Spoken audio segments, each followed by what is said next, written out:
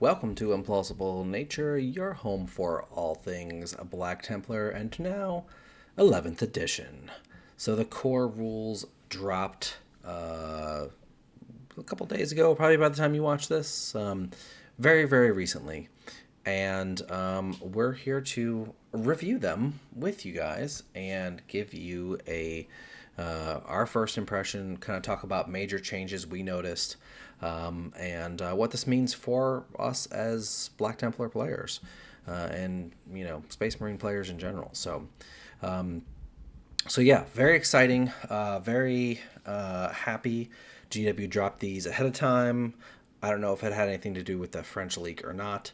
But honestly, I kind of had a feeling they would probably drop them a little early anyway. They did that last edition, if I remember correctly. But either way, I'm happy they dropped them. Now we get to kind of peruse them and start dissecting these rules. There's a lot to take in, a lot of changes. So let's get into it. Just so you know, this is going to be a long video because we're covering the whole core rulebook here. So it's going to be long. Bear with us. We will make chapters. So if you're interested in something in particular, you can skip right to that chapter without having to, spend your whole time scrolling and listening. So in any case, let's get into it. So we're just going to scroll through the actual core rules here. Here's the something right out of the gate that they have done is they have labeled these things with like I don't know how else to describe it, almost like a Dewey Decimal System. Like it's like this is rule dot 2.3.3, right? Stuff like that, like version numbers. Essentially is what it looks like. And I like that because it makes it super easy to reference. It references a rule. You can just search in the PDF to find that rule and get it right away. So I like that new format on this. So we're going to scroll through all the stuff. These people apparently are what GW thinks Warhammer players look like. Yeah, we're just going to skip on past the mullet and go straight into here. Something that they do talk about here, and we will see it in the rules, is they talk about the app. And you see this green thing right here where it says example app reference. It seems like there's going to be extra rules that are in the app. Now, I don't know if those rules will only be in the app or if they will be in like a rules commentary doc like we had in 10th edition. I don't know, remains to be seen, but I thought that was very interesting that they're specifically referencing stuff in the core rules that you will find in the app. Yeah, if you get to the very back of the bottom couple pages of the digital PDF here, it talks about that they're basically the expanded versions of the rules. We give some extra detail. So I suspect that's what it's going to be. You're not going to get additional rules. It's just expanding on it a little bit. Yeah, exactly. All right, so this is the core concepts section. It kind of goes over units and models, active player versus opposing player. A lot of this is familiar. However, I do want to talk about two things in particular, really three things here in this section.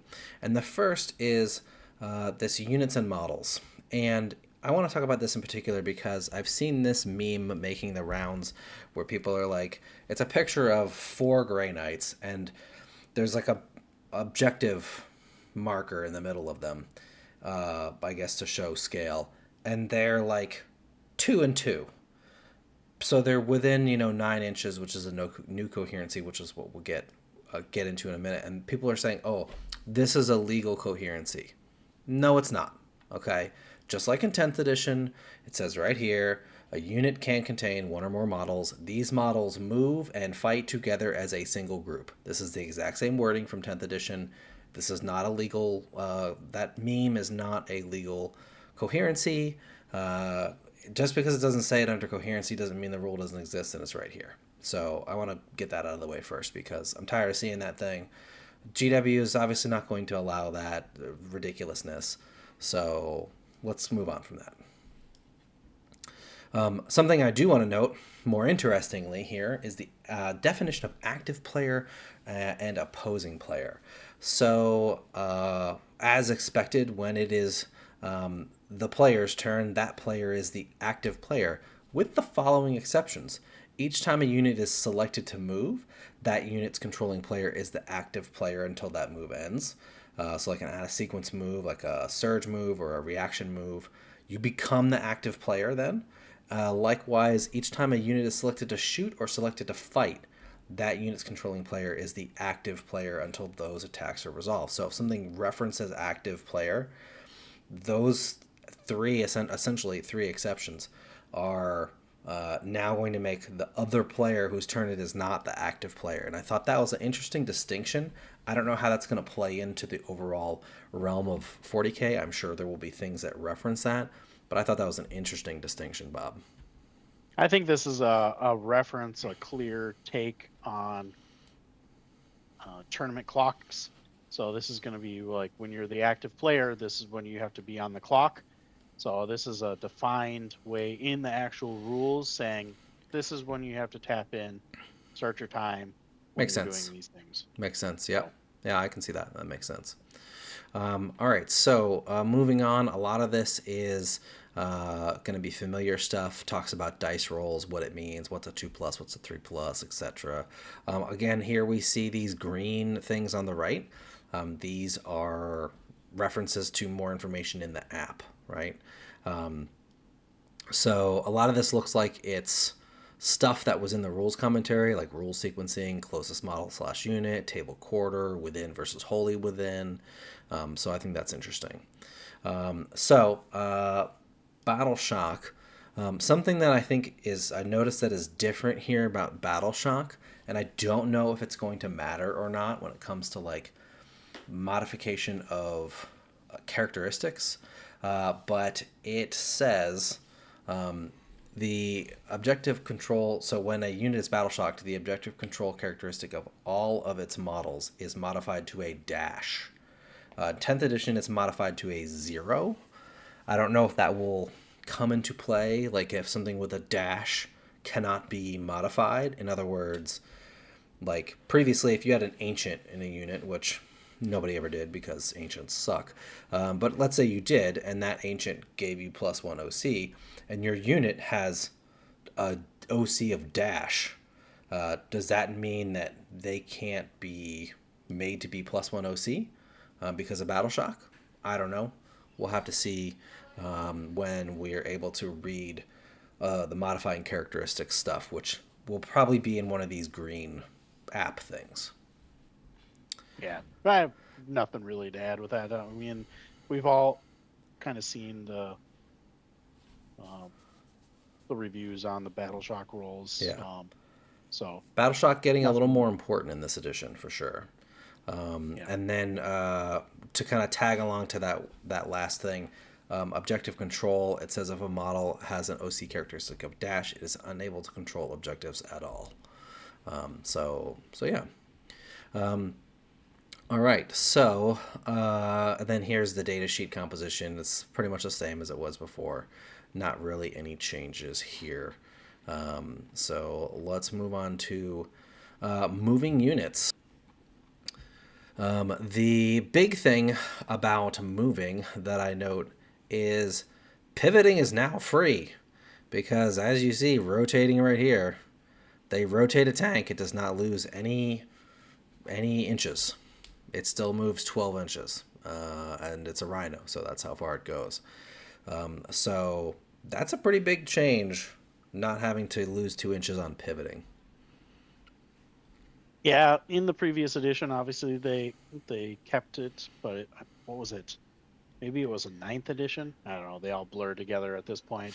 Where it was middle of the edition where they added the rotation costs to the models. And there was some gaming going on, but I like the way that they did it with this edition, with the changes in the terrain setups being more defined.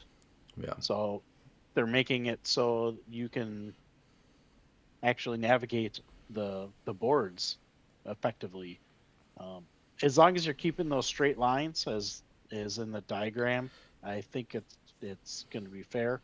And really, you know, we're going to have some Tokyo drifting tanks across the board, but that's never changed. So, Yeah. um, Honestly, I'm yeah, fine with it. I mean, it's like you get like a couple inches here, there, whatever. It's not the end of the world. So, yeah. yeah, I mean, it just makes it simpler. yeah.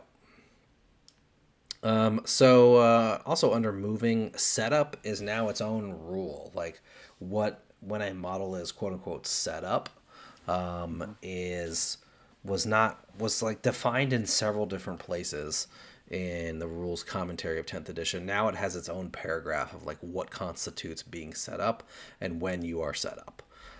So I like that change. They've tried to like make it a lot more organized, I feel like, in this rules.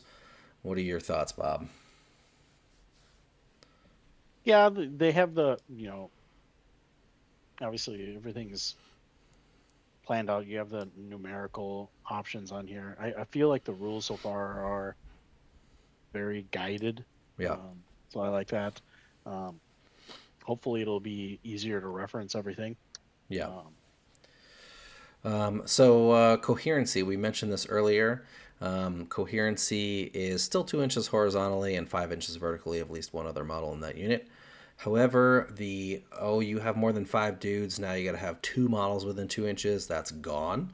Instead, it is replaced with the entire unit has to be within 9 inches horizontally and 5 inches vertically of every other model in that unit.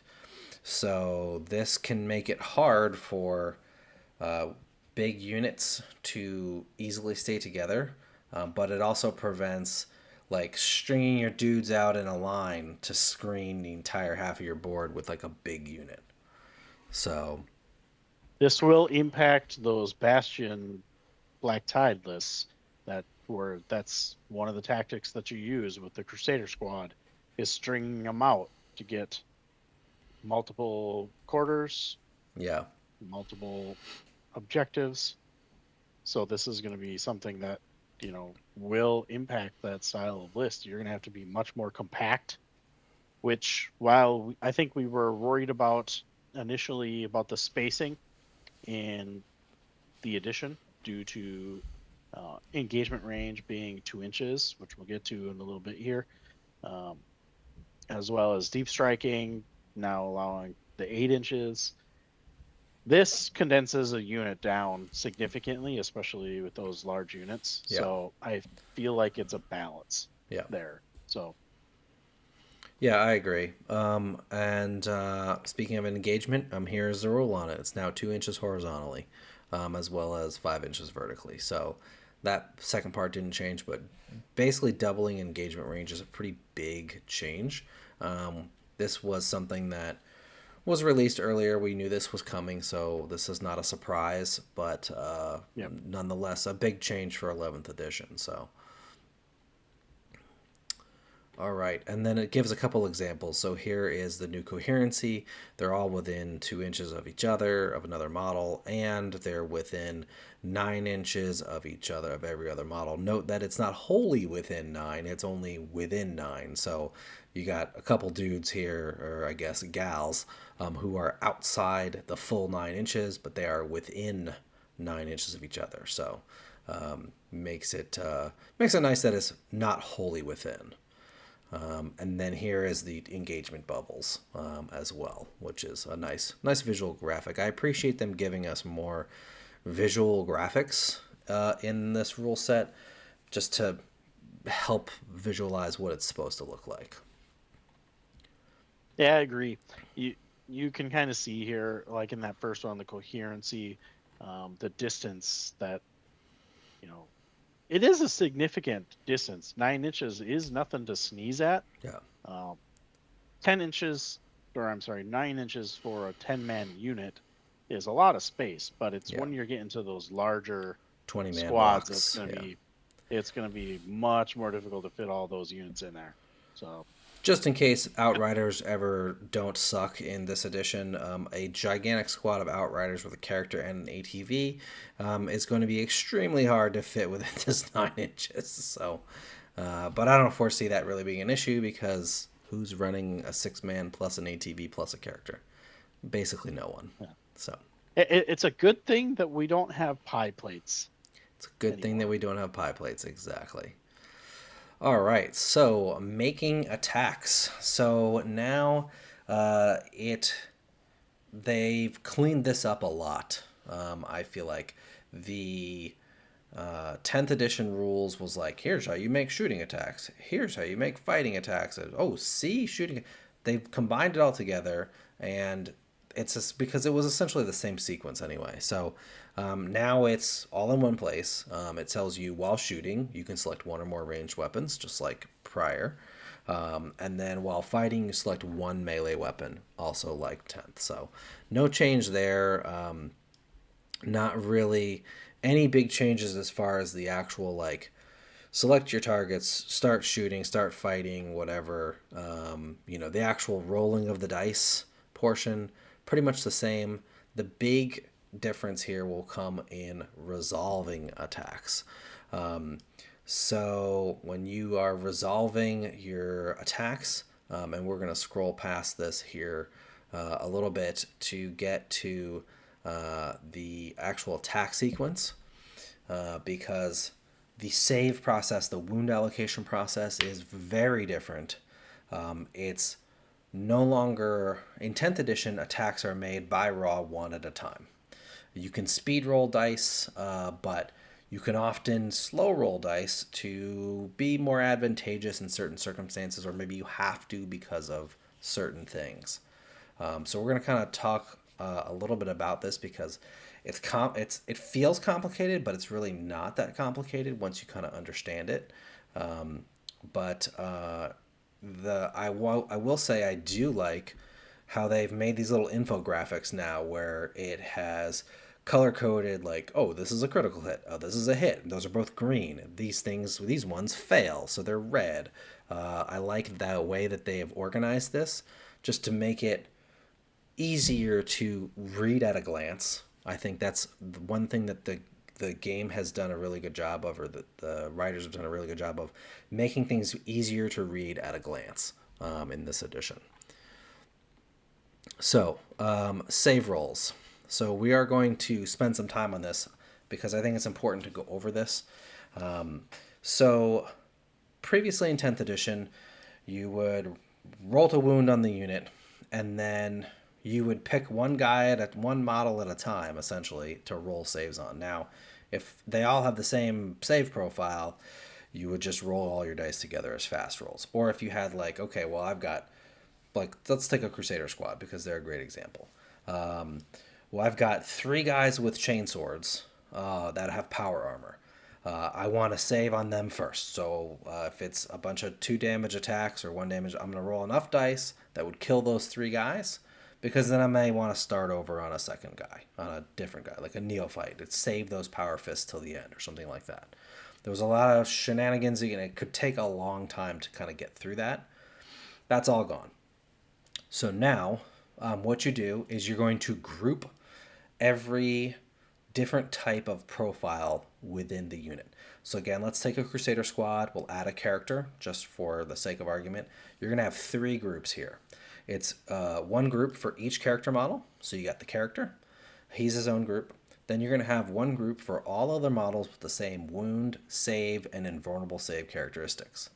So neophytes and initiates have the same wound and no invulnerable save, but they have different save characteristics. So you can have one group that's the neophytes, one group that is the crusaders, right? The allocation order, you get to choose the allocation order for the group, with the exception that characters can never be chosen first, unless precision is involved, which is a different thing. We'll get to that later. So with precision, with characters being last, you can choose the order of those characters in their last place slot, but all non-character groups have to be before all character groups. Hopefully everyone's following this at this point.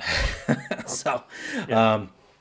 so now you will take all the wounds that you have, and you're going to roll all the dice at once. So everything is fast roll. The way that, and this is done per weapon, right? So let's say you have a enemy target that is, I don't know, shooting heavy bolters and las cannons. You're going to roll the heavy bolters. They're going to roll attack to hit, to wound, and then you will roll the saves for the heavy bolter, and then you'll start the sequence over with a new weapon. So it's per weapon group, per identical weapon group in the attacking things. And you can change the order of stuff, of your allocation order, in between weapons. So you'll roll all your save rolls for all of those attacks, right? Now, you're going to group your save rolls starting from lowest to highest. So you're going to group all your ones, all your twos, all your threes, all your fours, etc. And starting with the lowest results, you're going to start applying those to whatever your first allocation group is. This means that your first allocation group is going to take most of the ones and twos, if not all of them, depending how big that allocation group is. So you're choosing which group you essentially want to die first. Because by the time you get to the second group of same or different saves or different wound characteristics or whatnot, now you're going to have higher dice rolls. This also means that if the squad gets wiped, the character is far more likely to survive any remaining attacks because let's say this 10 man gets shot by like, I don't know, 40 shots or some crazy amount. Maybe it's Votan shooting us with those Hearthguard weapons that they have. And you're going to roll all your saves.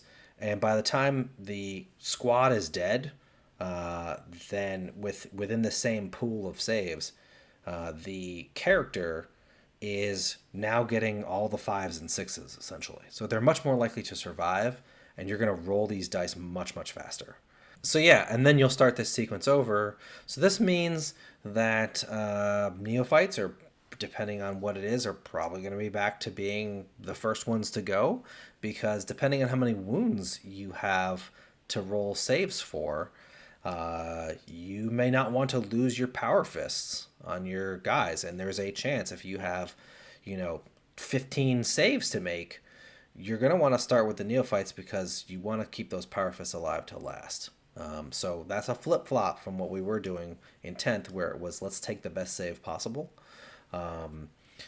The other thing is Grimaldus' servitors are going to be their own group now. So because they're their own group, you are going to only want to start with them if it's like, I have 2 last cannon saves to make, or I have this 1 invulnerable save to make. Okay, cool. I can plop that on this unit. But if you have like 5 saves to make, you're not going to put it on them because you're going to lose. If you don't make those saves, you're going to potentially lose all 3 of them, and then you lose half of Grimaldus's ability, right? So we'll probably do a whole video, or at least I will do maybe like a Templar's tip or something like that. Once we get some like actual practice playing the game, and can give you some real world experience on it. But there's still some things that we can do with Crusader squads with this. It does make it more likely for the character to survive if there's a whole crap load of attacks, which I think is good. So it's less likely to get the squad completely wiped if the characters still live. So I do like that, but definitely a very big change. I've talked to some people who have been able to play 11th because they're play testers or whatever, and they said it's much faster. The rolling saves is much, much faster now. So yeah. Thoughts on this overall, Bob? I like it, honestly, because saving is one of the banes of time, especially in a tournament setting or in any setting really. You tediously going through the saves and having to pay attention to what this is. This is just real quick. Throw all your dice. Oh, Yeah. I got 4 fours, 2 threes, whatever, et cetera, and just kind of just throw them at your models real quickly, and then move on. Yeah. It We'll does. go ahead. I was going to say it does take a little bit of that strategic, allocation strategy away, but I mean, I would rather have the speed over the Yeah. strategy, honestly. And to be honest, for probably 90% of use cases, you're going to have one group anyway. There are only a handful of units, I think, in the game that have different number of wounds or different save rolls within a unit. Necrons can do it. We can do it. I want to say there's a couple other, maybe Tau can do it with their crisis suits because they can get differing wounds. So there's a handful of units that this will apply to really, but if it's like intercessors, nothing has changed. You're just still rolling all the same saves for the intercessors, right? So Yeah. because they're all the same. Now we'll precision is talked about later in this, but I want to go ahead and mention too.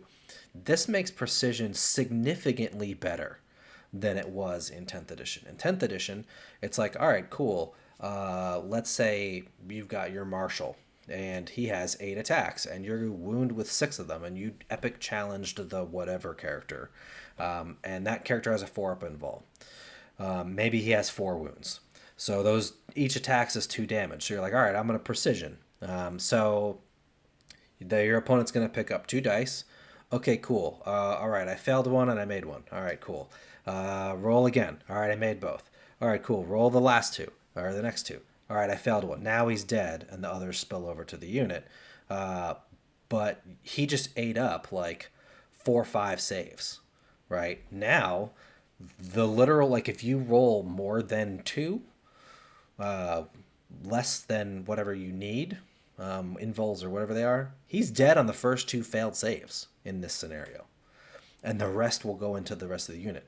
So precision becomes much more impactful and much more able to take out that character quickly if you have volume of attacks. Now, if you have like 2 precision attacks, it's probably not much different.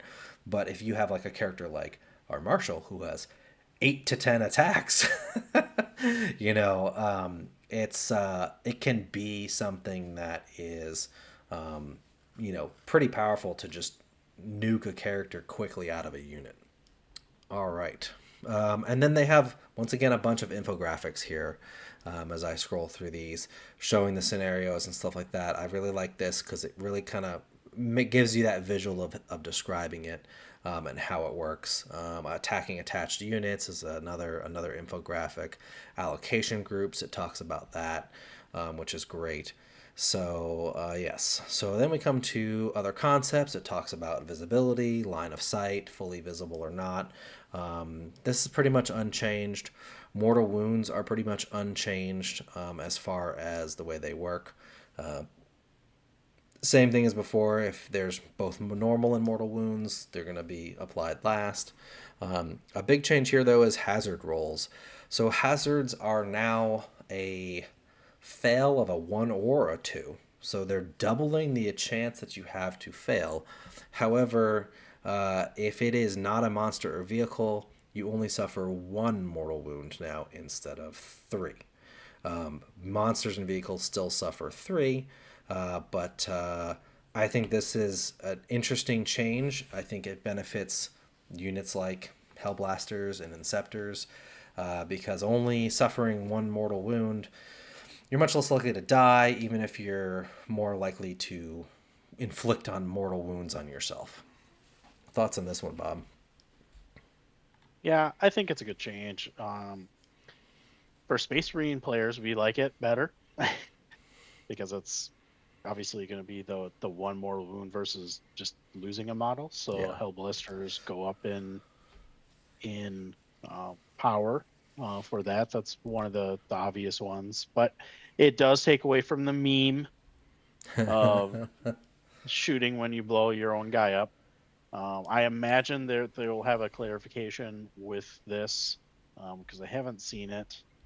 I was scrolling within the next few pages of how that would interact with a unit inside of a transport, but I assume it's going to be the same, where you're just taking it on the transport. probably, yeah.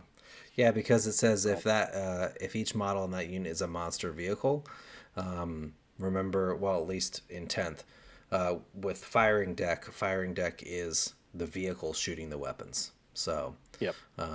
So yeah. And then they got a couple infographics here, which are basically the same as 10th as far as what's visible and what's not visible, etc. We'll scroll past the Filthy Eldar stuff. The battle round. So here we are in the battle round, the meat of the core rules, where we talk about the turn. Let's go. So they kind of spell out the start of the battle round, the player turns, the end of the battle round. These are all now steps, specific steps of the turn, whereas in 10th and previous editions there were kind of these vague things. Oh, if something says it does it at the start of the battle round, then it's before blah blah blah. Now it like just spells it all out, which I think is nice. Moving along, then there's the different stages of the turn, and we come to the command phase. So a couple things I want to note here that are very big changes. Units are, first of all, when you are testing for battle shock, it is now at or below half strength instead of just below. So you're going to be testing more often. And secondly, if you're already battle shocked, guess what? You don't get to unbattle shock for free. You got to test to see if you can unbattle shock. So this means you're going to have more units that are potentially battle shocked.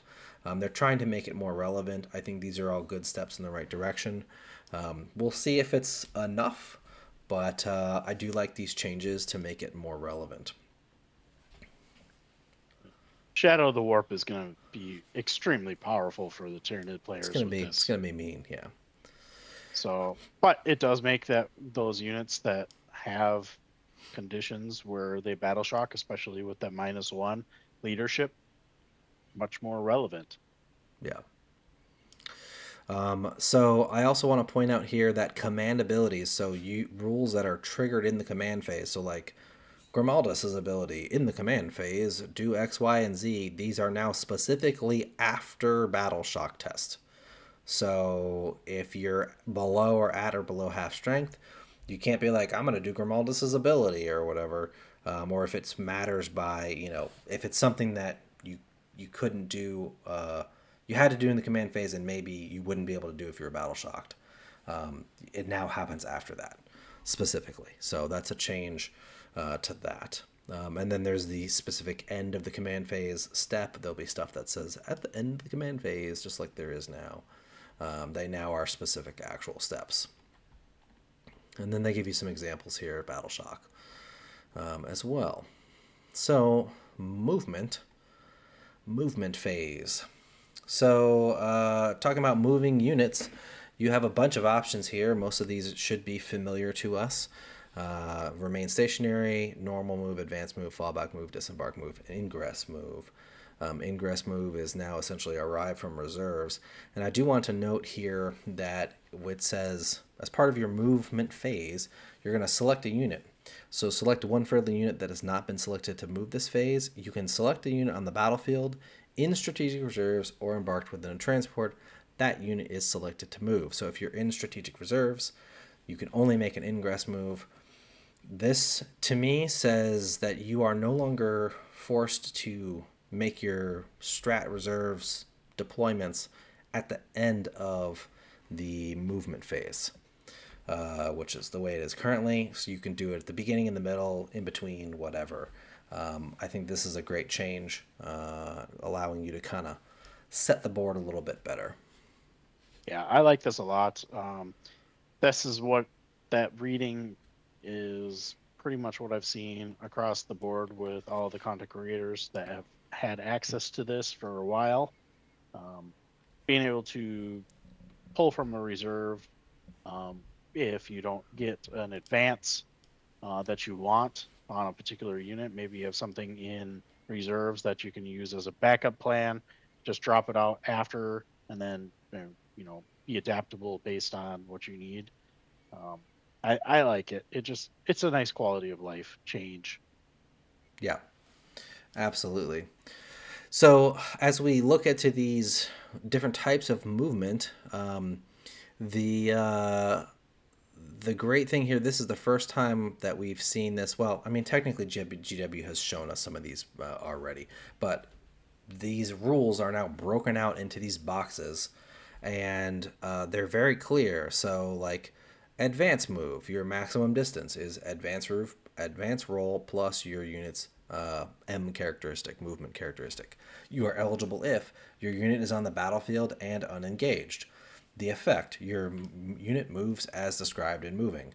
Before moving, you make the advance roll by rolling 1d6. After moving, your unit must be unengaged. Until the end of the turn, unless otherwise stated, your unit is not eligible to declare a charge or start an action. I like this. It's very clear, the order of things, of when you do stuff. I really like this format. I think this is a nice change for us, and giving them these little number codes. So if something references it later, oh, an advanced move is 09.06, you can just Control F the PDF and go find it immediately, which is great. Yeah, still on these boxes, I do want to call out a few things with the Fallout move that I'm noticing. Again, I'm reading it in real time. One thing I like on this one, it says there's two different options of the fallback. If you're not battle shock, you can select this mode, the order to retreat. Otherwise, you must select this mode in the desperate escape, and then you make a hazard roll. Specific to Space Marines, again, hazard rolls only give you one mortal wound. So, previously, if you're a desperate escape and you failed that, that's You were model's dead. Yeah. So now this means you can survive. Yeah. So I feel like they're trying to make multi-wound models a little bit more durable in different ways. Also So means your maybe not. tank doesn't just auto explode if it's on full wounds trying to fall back in a Yes. desperate escape. Also note, unlike 10th, when making a desperate or after making a desperate escape, you must make a battle shock roll if you're not already battle shocked. Note too that ordered retreat is not mandatory. You can make a desperate escape even if you are not battle shocked. Maybe you just need the extra inches to, or be able to move through the models in order to get away to wherever you need to go. So I think that's interesting. Mhm. All right. So moving on to the shooting phase. So the start of the shooting phase.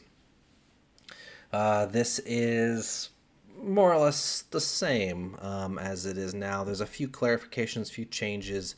Nothing major that I can see is you're going to choose a shooting type. So there's normal shooting, which is just literally shooting.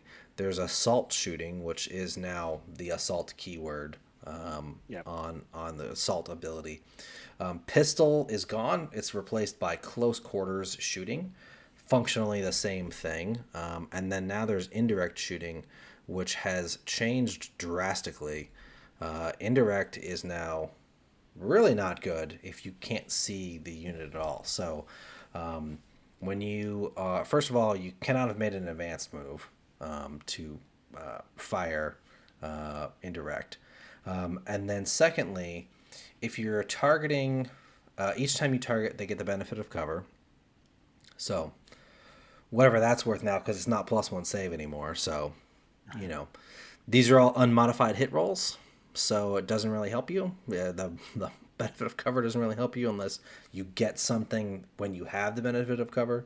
I guess guard has some things that are like you get +1 save if you have the benefit of cover, stuff like that.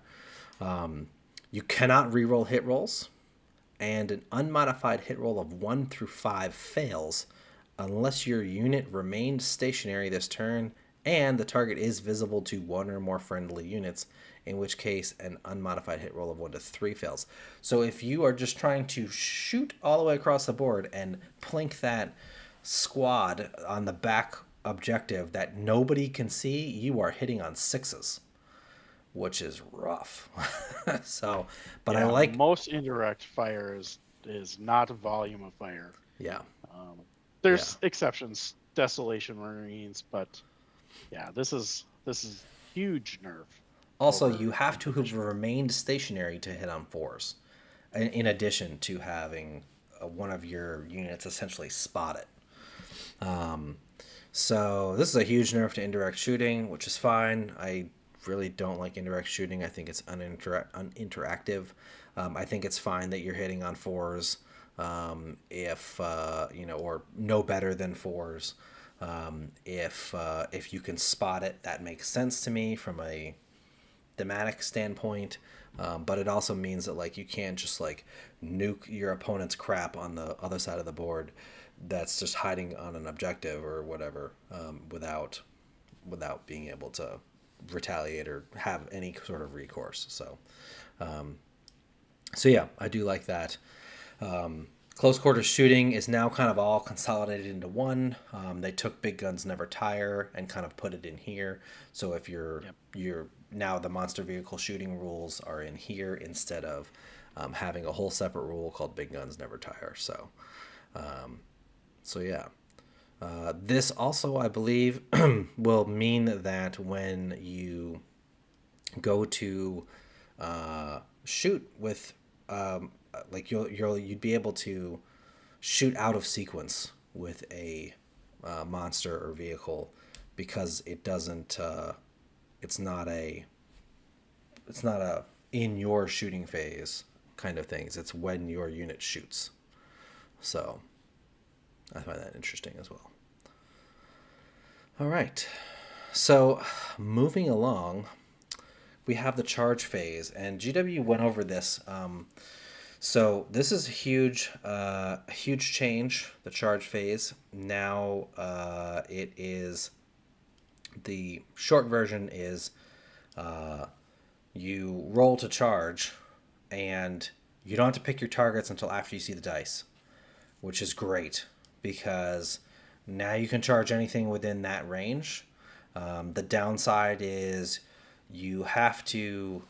It's no longer get to engagement range. It has to equal the distance. So if you roll a 6, you can only tag things within 6 inches or less. So it's no longer get to engagement range. It's within that range. Now, once you charge in, then engagement range comes into play. But actually being able to select that unit must be within your charge range. So that's a big change, but I think it's offset by being able to charge anything you want within range. Thoughts on this one, Bob, because we do enjoy the charge phase. Yeah, I think this is going to be a critically big, important rule for us, especially with the consolidation or unit coherency. Forgive me, unit coherency for units being having to be within 9 inches. There's going to be opportunities where you're going to have multiple options for charging. Being able to basically pick and choose is going to be really kind of a key thing here. Um, Ideally, you have the information before you even make a choice. So it's kind of like an open book test. So I like that a lot. Um, while it's less strategic in that you uh, have less counterplays as the opponent, making it harder for them. It takes the randomness a little bit out. So the attacker has some more play as far as that goes Yeah. in their placement versus Notably, the defender. notably as well, you do not have to charge. You can roll the dice and then decide not to charge. You're not forced to charge, which is nice. So And if they you're do have like, this hey, call. they do what? They did make this call out though, that if you roll a 2, that's an auto fail no matter what, which Correct. is because the engagement range is now 2 inches. So Correct. Yeah. you That is a big change as well. You need at least 3. And then we have here is an example of it along with the little box, the info box. So this is also a big change here, moving, how you move your models, because in 10th it's very restrictive in the way it moves. You have to move closer to the closest enemy model. And there's a lot of restrictions about that. Here, we'll go over this quickly because I think it's important. Is Basically, before moving, you're going to select one or more enemy units that are within 12 inches of your unit and within the maximum distance of your unit. So even if you have a +1 to charge, you can't charge something 13 inches away if you roll boxcars. And then each of those enemy units is a charge target. So while moving, each model must end its move closer to one or more charged targets. You don't have to end closer to the enemy model, closest enemy model, only the closest enemy unit, or really actually closer to one or more charged targets, not even the Yeah, it doesn't have closest. to be the It closest. doesn't have to be close. One or more charged targets. Then each model that can end its move within 1 inch of one or more charged targets must do so. Notice you do not have to base anymore. This is super important for pile in and consolidate. And then each model that can end its move engaged with one or more charged targets must do so. So now you can stop at 1 inch, which is really important because when you get to go to pile in, this allows you, if you get more pile in inches, we have a couple abilities that let you do that. You can wrap the unit better. You can get in a better position to get more guys in with less restrictions. So I really like this change. This helps us dramatically. And it's also less fussy. The like closest to closest, like there's a lot of like contention that can happen in that. This makes it less fussy and easier to understand. Yeah, all good changes here. Yeah. Makes it a little bit more simplistic, a little bit less ticky tacky. Mm-hmm. Now, I will say that some of our detachments really like to play into that ticky tacky movement shenanigans, But this just and helps this them. makes So like makes this a little bit COV, easier. yeah, like the stuff in COV, this definitely makes like when you can get 6 inch pile in and consolidate, that really helps in this. So yeah. Speaking of pile in, the fight phase. So start of the fight phase, there's rules that are triggered at the start of the fight phase, and then pile in. So this is also a different, pretty big change to how pile in works. Previously, you picked a unit, you charged with everything, and then you started the fight phase, and then you pick a unit, they piled in, fought, and then consolidate. Not anymore. Now both players make pile in moves before any dice are rolled. So the player whose turn it is, both players make pile in rooms with all eligible units they choose to move. The player whose turn it is resolves all of their moves first, followed by their opponent. Each unit cannot make more than one pile in during this step. So it's still 3 inches. It's eligible if the fight phase, it is the fight phase and one or more of the following apply to your unit. It's engaged, it made a charge move, or it was selected to make an overrun fight this phase. Your unit moves as described, blah, blah, blah. Before moving, you select your pile-in targets. If your unit is engaged, select every enemy unit it is engaged with. So if you have two that you're engaged with, they're both pile-in targets. Otherwise, select one or more enemy units within 5 inches of your unit, because remember, 2 inch engagement plus 3 inch pile-in is 5 inches. And then while moving, models in base contact can't move, same as now. However, each model that is moved must end its move closer to the closest pile-in target and engage with it if possible. So again, you do not have to move closest to closest model. So if you are on this side you're like on the end, and you want to swing around to the other side, as long as you end closer to the unit, so you're that 1 inch that we talked about, you can stop 1 inch, and now you can move it to like a half inch or base contact on the other side of that model, so you can get more guys in. You don't have to be closer to that model, just that unit, which is really really important, and a huge boon for melee armies like us. Yeah, being able to get everything model into combat is going to be critical. It does give you some play with the movement positioning and allow you to slingshot some things. While you may not be the one that is attacking first, depending on fight first and the differing rules with that being changed, which we'll obviously get to in a moment. Um, being able to pile in first if it's your turn will make a difference. But both players making that initially right away will basically ensure that everything is fighting. Yeah. Yeah, absolutely. And then they give us some nice little infographics here on the start of the fight phase and pile in moves. And then we move on to fight. All right, so on to the fight phase. There is some differences here too. A unit is eligible to fight if it's not already been selected to fight, and one or more of the following apply to it. It is engaged or was engaged at the start of the step, or it made a charge or it made a charge move this turn. So players resolve the following sequence until all eligible units have been selected to fight and their attacks have been resolved. So you're going to resolve fights first, combats first, starting with the player whose turn it is. So this is a big change. GW talked about this in a previous article, but fights first. It is now always whoever's turn it is. So fights first went from being a defensive ability to now an offensive ability, that is important because now you can charge those Banshees or Lionel Johnson and not have to worry about getting murked before you can even make a swing. You'll, just like you do now, choose and then start alternating fights first units. And then if there's no fights first units that are left eligible to fight, you'll move to the resolve remaining combat step, where this player will select their next unit.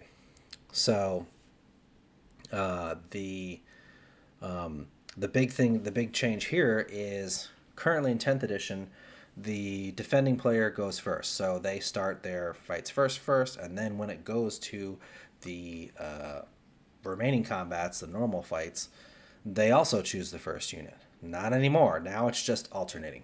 So if I have 2 fights first units and you have none, I'm going to fight first, and then it's your turn.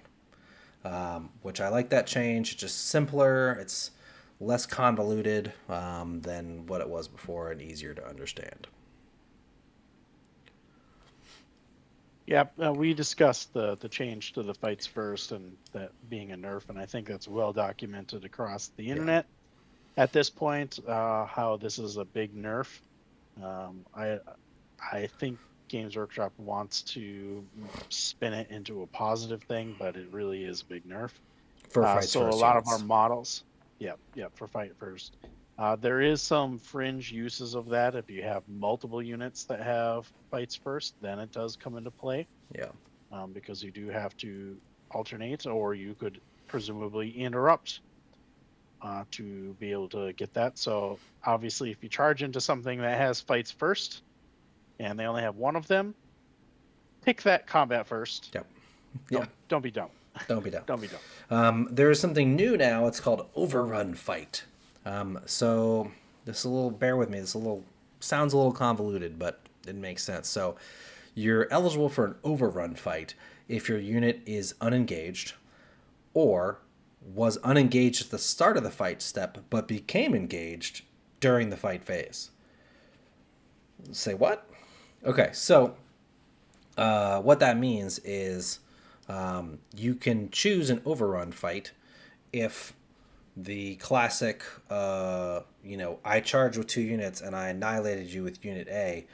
This unit is eligibly selected for fight because it charged. What does it do? This solves that because pile-ins are all already done. The effect is now your unit can make an additional pile-in move and then fight as described in making attacks. So you can potentially pile in up to 6 inches if you do that. And I think that's a very interesting mechanic, and being able to take advantage of that will be a skill thing to be able to know, can I reliably kill the thing so that I can make a longer pile-in to get in something else. And then this also applies to you consolidated or piled into something that wasn't there at the start, wasn't engaged at the start of the fight phase. Now it lets them pile in as well. So that's both sides. That's what this lets you do, which is nice. Yeah, so I really like this, and mostly because typically an MSU player. This helps MSU armies significantly, especially if you have a very dangerous 5-man unit or even a 4-man unit. We're looking at you, Sword Brethren, that kills a unit, and you charged in with something else as well. Obviously, because you Like you now do. have you charge, because now you have the information beforehand. You can set up your charges and know what you're going to be able to charge at a time, right? Because Yep. you're so this allows you to still get that fight in and get some extra movement out of it with that secondary unit, whatever it is. Maybe it's 2 Sword Brother units that you have, and then now you just killed 2 units because you weren't able to get quite enough distance with the charge roll. But with that extra 3 inches after the pile in, the first pile in, now you get a second pile in. Now you're there. Yeah. So Um, I really kind of like this. this also, if you have 6-inch pile and consolidate, this is really good. So yeah. All right. So, and then again, once again, they showed us these graphics. I think when they debuted this on Warcom already, but these are what it's a couple of graphics that show you. And then we move on to consolidate. So now both players make consolidation moves with all of their eligible units they choose to move. The eligible if section describes which units are eligible to make such moves. The player whose turn it is resolves all of their moves first, followed by their opponent. So again, doing everything all at once, and then the other players everything all at once. Now there is a lot of red on this on this box here. So there is 3 different things here. So you're going to select a consolidation mode. If you're an ongoing consolidation, that means your unit is engaged, and you must select this mode and select every enemy unit is engaged with. When doing that, models in base contact with one or more enemy models cannot be moved. Each model must end its move closer to the closest enemy unit and engage with that if possible. And then after moving, each model that started this move engaged with an enemy unit must still be engaged with that enemy unit. So that's ongoing. So basically, you didn't kill each other, so now you're going to consolidate in. Then there's engaging consolidation. This is basically, then it says otherwise. If your unit is within 3 inches of one or more enemy units, you must select this mode and select one or more of those enemy units. Note it says within 3 inches of enemy units, not within 5 inches, which would be engagement plus 3. That's important to note. But basically, this is you can go closer to that enemy if you can make it to them, right? And then the last one is objective. So you can go towards an objective if you can't get towards another unit. And these are pretty much the same as they are now as far as like each one. This looks like a lot, but it's really just breaking it out and really describing it succinctly, which I like. Yeah, there's not really a ton of difference with this. Um, Yeah. Again, yeah, not moving closer to enemy model, but enemy unit, which is nice. So this looks like a lot, but it's really not that complicated because you're going to pick one of these boxes, whichever one you applies to you, and then you're just going to follow that box going down. So if you're doing ongoing consolidation, you're only going to worry about ongoing consolidation. The rest of it doesn't matter. yep. So, And that's the end of your fight phase, and that is the and end of your fight phase, the end of your opponent. and the end of my tears of joy because we're ending the fight phase. Anyway, so then it gives you some examples, of course, of the consolidation, which is nice. And then we have some lovely guard murdering the Tyranids. And now we come to battlefields and tactics. Well, you don't need that. You know how to play now. Get Right. on the board. All right, get out there and start playing. No, so we're going to talk about terrain because terrain has changed a lot in this edition. So place a well-defined boundary, such as a base or mat, in each location you want to furnish with terrain. and then you place one or more terrain features within that. So they've already given us the templates. They showed us what they look like. I want to point out that despite them telling us the dimensions of these, they're not perfect rectangles and squares. They have little squiggly bits around the side. And they're actually going to sell these templates.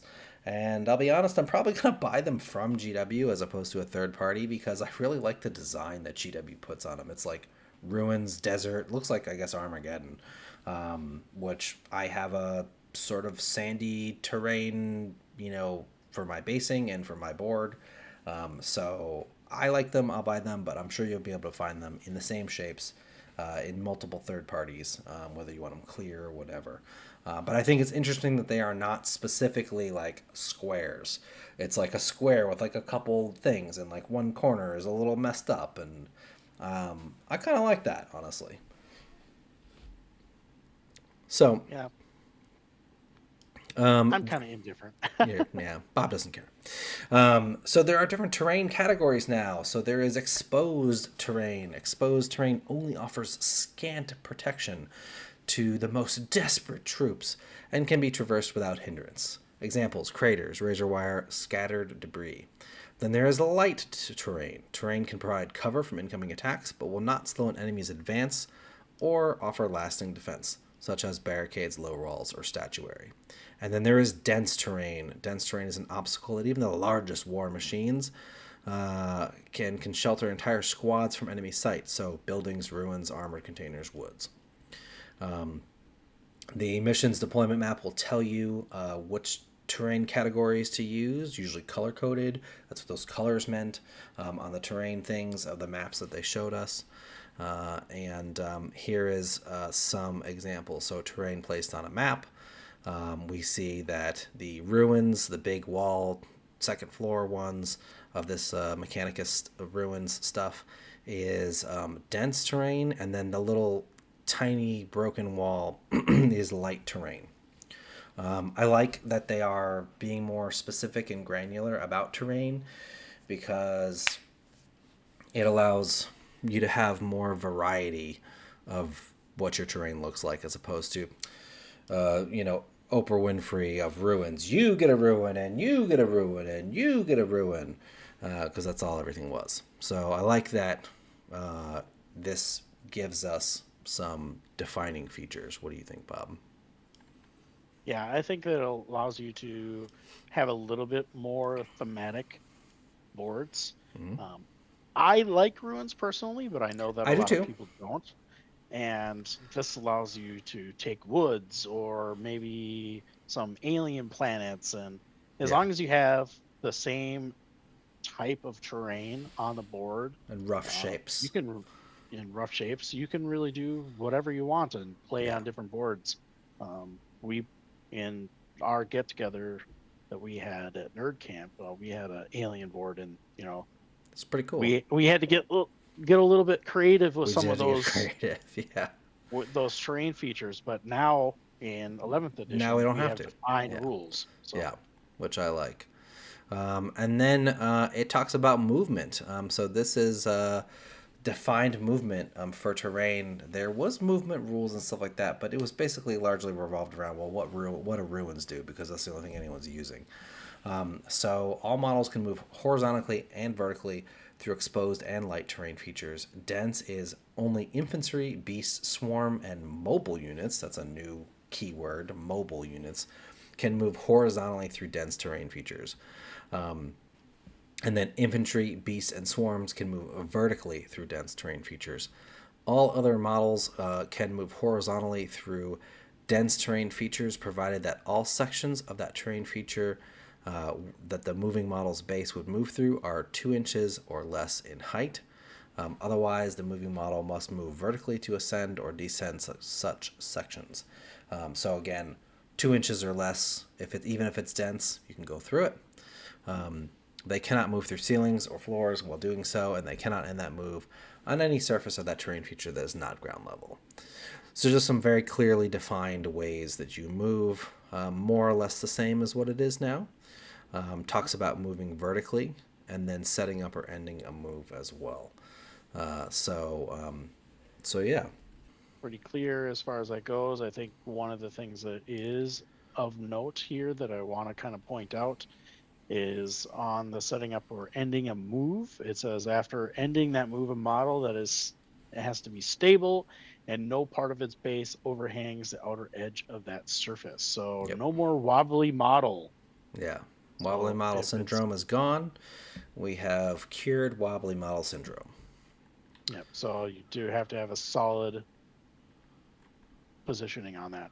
Yep. And then there's also the plunging fire notation there on the side, um, which grants superior Get +1 to hit. firing. Yeah. Yep. So So then terrain invisibility. It talks about the benefit of cover. So each time a range attack targets a unit, if every model in that unit meets one or more of the following conditions, which is a change from 10th, because in 10th it's a plus to your save. So if the dude's not in cover, he doesn't get the save, but if he is in cover, he does. Not anymore. The entire unit has to have one or more of the following conditions to get the benefit of cover. It is infantry, beast, or swarm, and it's within a terrain area. No, not wholly within, just within, so you could be touching it and you get it. That model is not fully visible to the attacking model due to one or more intervening terrain features and or one or more intervening obscuring terrain features. See below. And then they talk about hidden. We've already covered hidden. Infantry, beast, and swarm get hidden when they're within a terrain area that has one or more dense features, which is nice. That's something they added, which I didn't know about, was it has to have dense features when you're in the terrain. And then they talk about detection range. Detection range is where you're visible, right? And we've already seen a ton of stuff that modifies detection range. So, 15 inches is not always going to be what it is. yep. Tau come to mind. They are Yeah. already getting a lot of ways to manipulate that and make it so that you are basically visible. Yeah. Um, Obscuring, it talks about what obscuring is. And then basically, obscuring is what ruins are now. If you're on either side of the terrain, you can't see each other. So that's pretty much the same way it is now. Um, Solid, dense terrain features have the solid rule. Line of sight cannot be drawn across any enclosed gap in the surface of a terrain feature that is less, that is 3 inches or less from ground level. Basically, the first floor ruins are always blocking line of sight. Correct. Yep. No windows, even if it's on the model, count. Yep. Um, And then they even have a designer's note about it. This rule ensures that models are not visible while sheltering in ground level terrain, irrespective of small openings such as doors, windows, or bullet holes, because of small gaps between adjacent terrain features, etc. So, 3 inches is the height of the first floor ruins a first floor of many terrain features. So yeah, and then again, talks about hidden obscuring. We've kind of seen benefit of cover. We've kind of seen these already. And then it talks about solid. They mentioned this in an article already. And then we get to objectives. So circles are gone. We're now on kind of squares, rectangle-y things, which is terrain objectives. If a mission uses objectives, it will state where they are located in the battlefield. Typically, your mission will have a deployment map showing several points where objectives should be placed. And it is a terrain area now, which is interesting. And based on the maps they showed, I think it's going to be okay. I was a little skeptical at first, but I think it's going to be okay. What are your thoughts, Bob? I'm still leaving it out to the jury. I am cautiously optimistic Yeah. on it. I'm not going to popo it until I play on it multiple times. But either way, I think as long as there is objectives on that, it sounds like based on the maps, there's going to be sufficient quantities of them, and the maps are mirrored, so you'll have equal access to the same objectives type, at least that your opponent has. So at least it's not going to be just squared. It'll Yep. make deployment even more important, I feel, because of the different types of objectives. You're not going to have the same square shape um, or circle all the way across the board. So you'll Yeah. have to be much more strategic about which unit you deploy on what side of the board and what is in reserves to make use of those smaller potential objectives. So I think that's just something that you're going to have to be aware of and learn to adapt to. Yep. And so they also now have added essentially the intercessor's rule, secured objectives, to the main rules, and describes that, like, hey, if you have a rule or an ability and makes it secured, which is now a bolded keyword, that it remains under your control until, saying the rule that intercessors have. This is now in the thing, so you can simplify that wording across the board with all the armies, which I like. And then a couple infographics again about controlling a terrain objective. I do love, like I said, that they've included so many graphics. It's really helpful. And then it brings us to stratagems. So there's definitely some big changes to the core strats and how strats can be used. So each player can use the same stratagem multiple times during the battle, but the following restrictions apply. Each player cannot use the same stratagem more than once per phase. That's the same as it is now, unless otherwise stated. Each player cannot target the same unit with more than one stratagem in the same phase. This is a huge change. No more stacking strats where you're like, I'm going to dump 4 CP and put 4 stratagems on this unit. Now it's unkillable. Can't do that anymore. So this is a pretty big change. I don't think it hurts us too much. We weren't really doing a ton of this. There were some armies that really were, but I don't think Black Templars was really one of them. No, no, not since our index. Yeah. So yeah, and then it talks about like reduce your CP total by the cost of that strat, etc. And then the core stratagems, see overleaf. Additional stratagem can be found in codexes and other publications. So then it gives a example strat and talks about that. But there's also a key here. It tells you when they're used. So now they're color coded actually means something. And so let's take a look at these core strats because some of them are very spicy now. So first up is the command reroll, 1 CP, any phase just after you make the roll for a friendly model of your unit. You can do an advance roll, a charge roll, a damage roll, a hazard roll, a hit roll, a save roll, a wound roll, or a roll to determine the number of attacks generated by a weapon. And still have to re-roll in full on charge rolls. So this is pretty much the same as it is now. I don't think they've really changed anything on this, have they, Bob? Yeah. Nope, I don't believe so. Yep. Explosives. This is the grenades strat. So they've now changed it. It's called explosives. And you choose one friendly unengaged explosives or grenades unit. Can you use it engaged now? I can't remember. No. No. Okay, so that hasn't changed. And that unit is eligible to shoot and did not make an advance move this turn. You select one explosives grenades model in your unit, and then one unengaged enemy unit within 8 inches and visible to that model. And then this is the same as before. Roll 66 for every 4 up mortal wound. Still really good. Still well worth 1 CP. Yep. Epic Challenge. Still going to be basically the same. You selected to fight. You get precision on that character's attacks. Still, well, I was going to say still good. It's better, actually, now because of the change to precision. Crushing Impact. This was Tank Shock.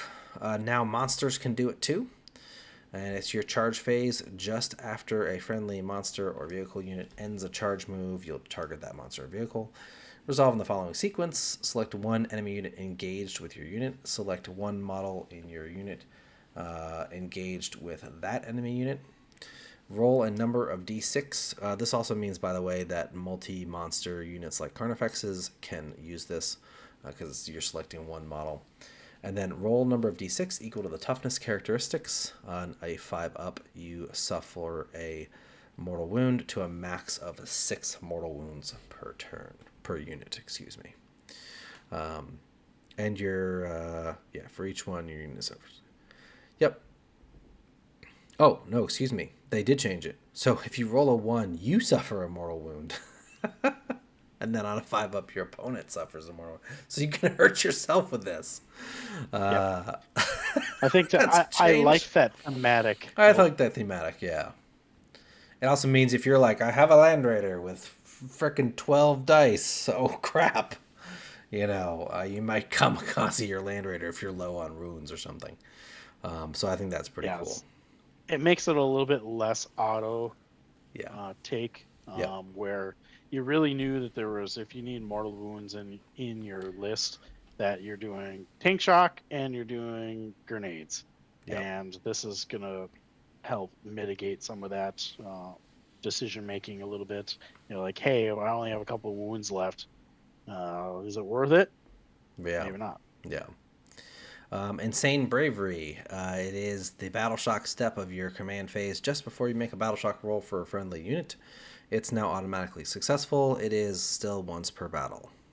So, you get Shadow to the Warped, and you need that unit to stay on that objective. You can Insane Bravery yourself and get it.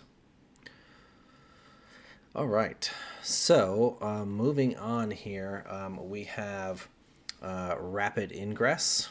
This is the end of your opponent's movement phase, just like it is now. It's 1 CP. One friendly unit that is in strategic reserves, excluding aircraft. Your unit makes an ingress move, which was, we'll talk about in a little bit. I think the box for it is down below. But that's one of the moves you can make in your movement phase. And you cannot use this stratagem during the first battle round. So now it just straight up says it here. You can't do it in the first battle round. Yep. Not really any changes here. But Smokescreen. Other than you can, because of the way the ingress move is quantified, you do have this. So let me rephrase that. So when it's your active turn, ingress can be done at any time.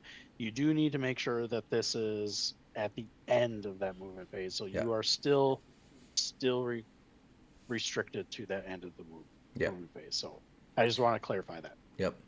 Smokescreen got better. This is definitely interesting. This is, now it's at, I guess it's kind of probably a mixed bag actually, because now it's at the start of your opponent's shooting phase.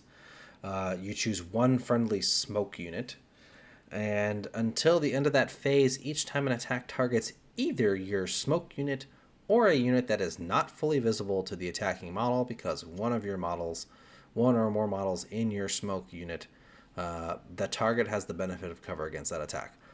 So that's a huge bonus, because now that giant ass Land Raider that you tried to hide your dudes behind but really can't because it's not a perfect box or whatever, you can pop smoke on that Land Raider and everybody that can't be seen because of the Land Raider. And that includes something that may not be right behind it. Maybe it's back here, but because the Land Raider is blocking line of sight to it, it's not fully visible.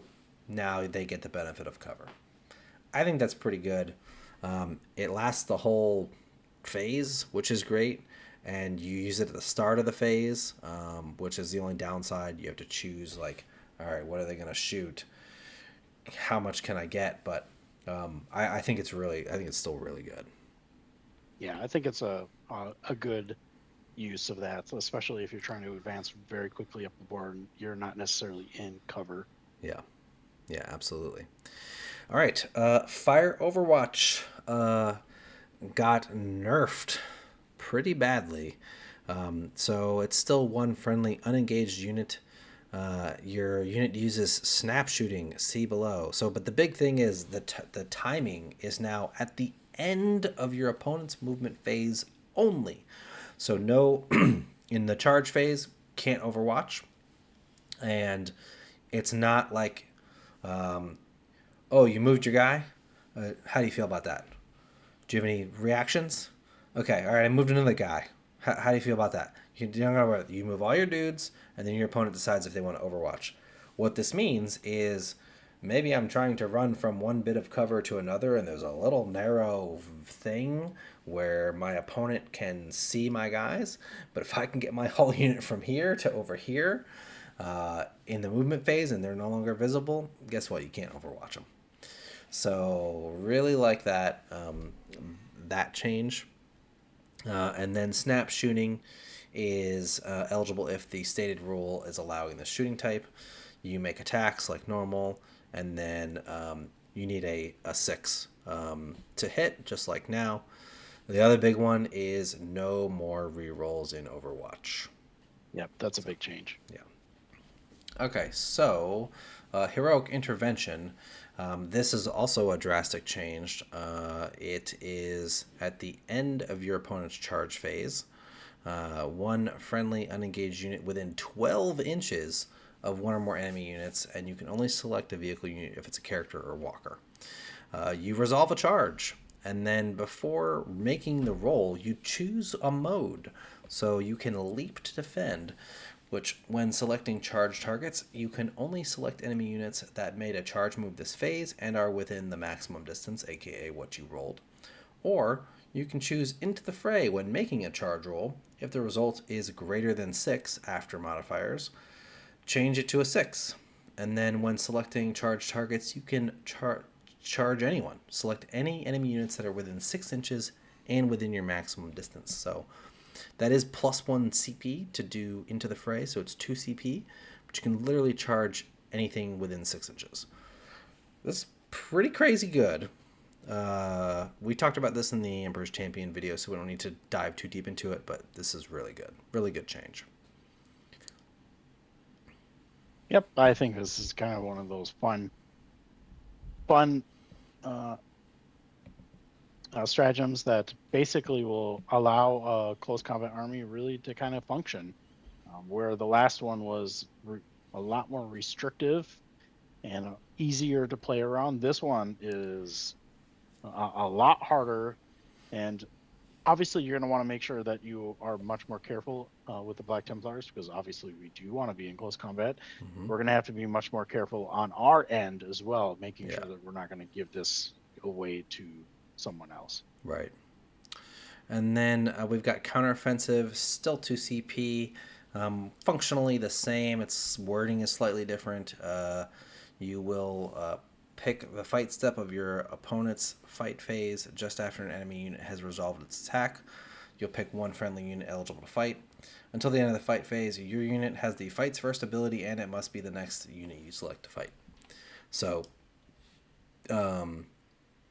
it's interesting that it gives you the fight's first ability, which means if you also have a fight's first ability and you want to swing with this one before your other fight's first ability, you can do that. So I think that's pretty cool. Yeah, I think if this one forces you to do it based on the reading, must be. So if you have multiple units that have fights first and it's not your turn and you use counteroffensive, this forces you to pick that unit as the first one to go, which basically makes it work essentially exactly as it does now. Yep. And then actions. It goes over actions now in the core rules. Previously, I believe actions were in the either the rules commentary or the tournament companion for the decks. They were not in the core rules. Also note here, it does make a distinction if it has an OC characteristic of 0 or dash. So those are distinct things. So we'll see how that plays out when we get to learn about modifying characteristics when the app is updated for this. But it's basically the same. Actions work functionally exactly the same as they do now. So not any big earth-shattering revelations here. Yep. And then there is the advanced rules section. All right, so moving monsters and vehicles each time, and here's the restriction that we were talking about earlier at the beginning. You still cannot move through. They can move through enemy models, which is interesting. Each time you make a normal or advanced move with a monster, monster and vehicle models in that movement can be moved through friendly and enemy models, excluding other monsters and vehicles. So you still can't move through other monsters and vehicles, but you can move through enemy models, which is definitely a change. I like that. That makes it easier to move these big dudes around. You can't get moved. You can't get your Land Raider moved blocked by a tiny little squad of cultists. Yeah, that's really huge. Yeah, and then But it makes a lot of those stratagems irrelevant, though. yeah, there are a God bunch that are Hammer. like, oh, you can move through enemy, blah blah blah. We'll see how they adjust those. Then frame. So this is another new keyword. Some models do not have a base, like most of our old school tanks. Many of these are monster vehicle models. Such models have the frame keyword, as do other large models. Whenever a rule refers to a model's position in relation to anything else in the battlefield, like when measuring distances, if that model has the frame keyword, unless otherwise stated, measure to and from the closest point on that model, so not necessarily its base if it has one. When rotating a frame model as part of a move, if that model does not have a base, turn it any amount around its central axis while keeping it upright. So no vertical land raiders. Yep. And then shooting at engaged monsters and vehicles. This is the other half of the old big guns never tire. In your shooting phase, enemy monster vehicle units that are engaged can be selected as targets of ranged attacks. Each time a model makes a ranged attack that targets such a unit, subtract 1 from the hit roll, excluding attacks made with close quarters weapons made by models in a unit engaged with the target. Um, so yeah, so you can still shoot models in engagement with something else, but same as now. If you're engaged with that and you don't have close quarters, you can't shoot them. All right, so next up we have transports. This is part of the advanced rules. So just more or less very similar to what it is now. They have a transport capacity. Friendly models are eligible to embark. Blah blah blah. You can, before the battle, declare battle formation step. You can start embarked in a transport just like now. Something that is crucial to note here in the embarking section is most of this is normal from what we're used to in 10th. However, this line right here that says you are eligible to embark in a transport only if all of the following conditions apply. One of them is that unit was not set up on the battlefield this turn.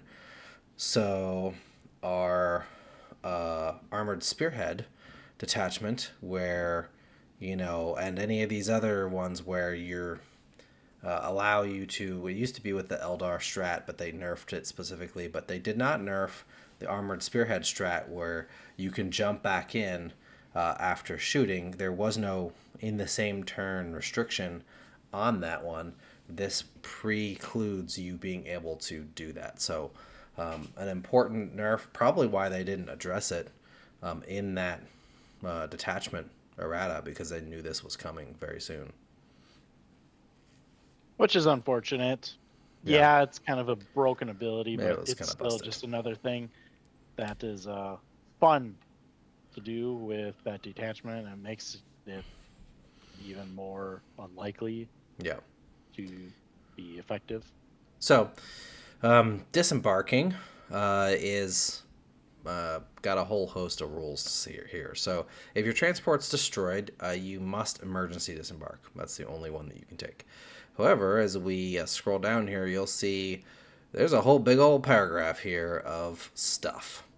So, a disembark move. There was some speculation during the initial 11th edition games that GW streamed that disembark was only going to be like basically base contact with the vehicle or as close as possible to the vehicle. That's obviously not the case, because right here, setup distance, rapid, and tactical is still 3 inches, and combat disembark is 6 inches. Now, all of these are new terms, But once again, GW trying to be very specific in their terminology and their ordering of the way the rules are written, which I like.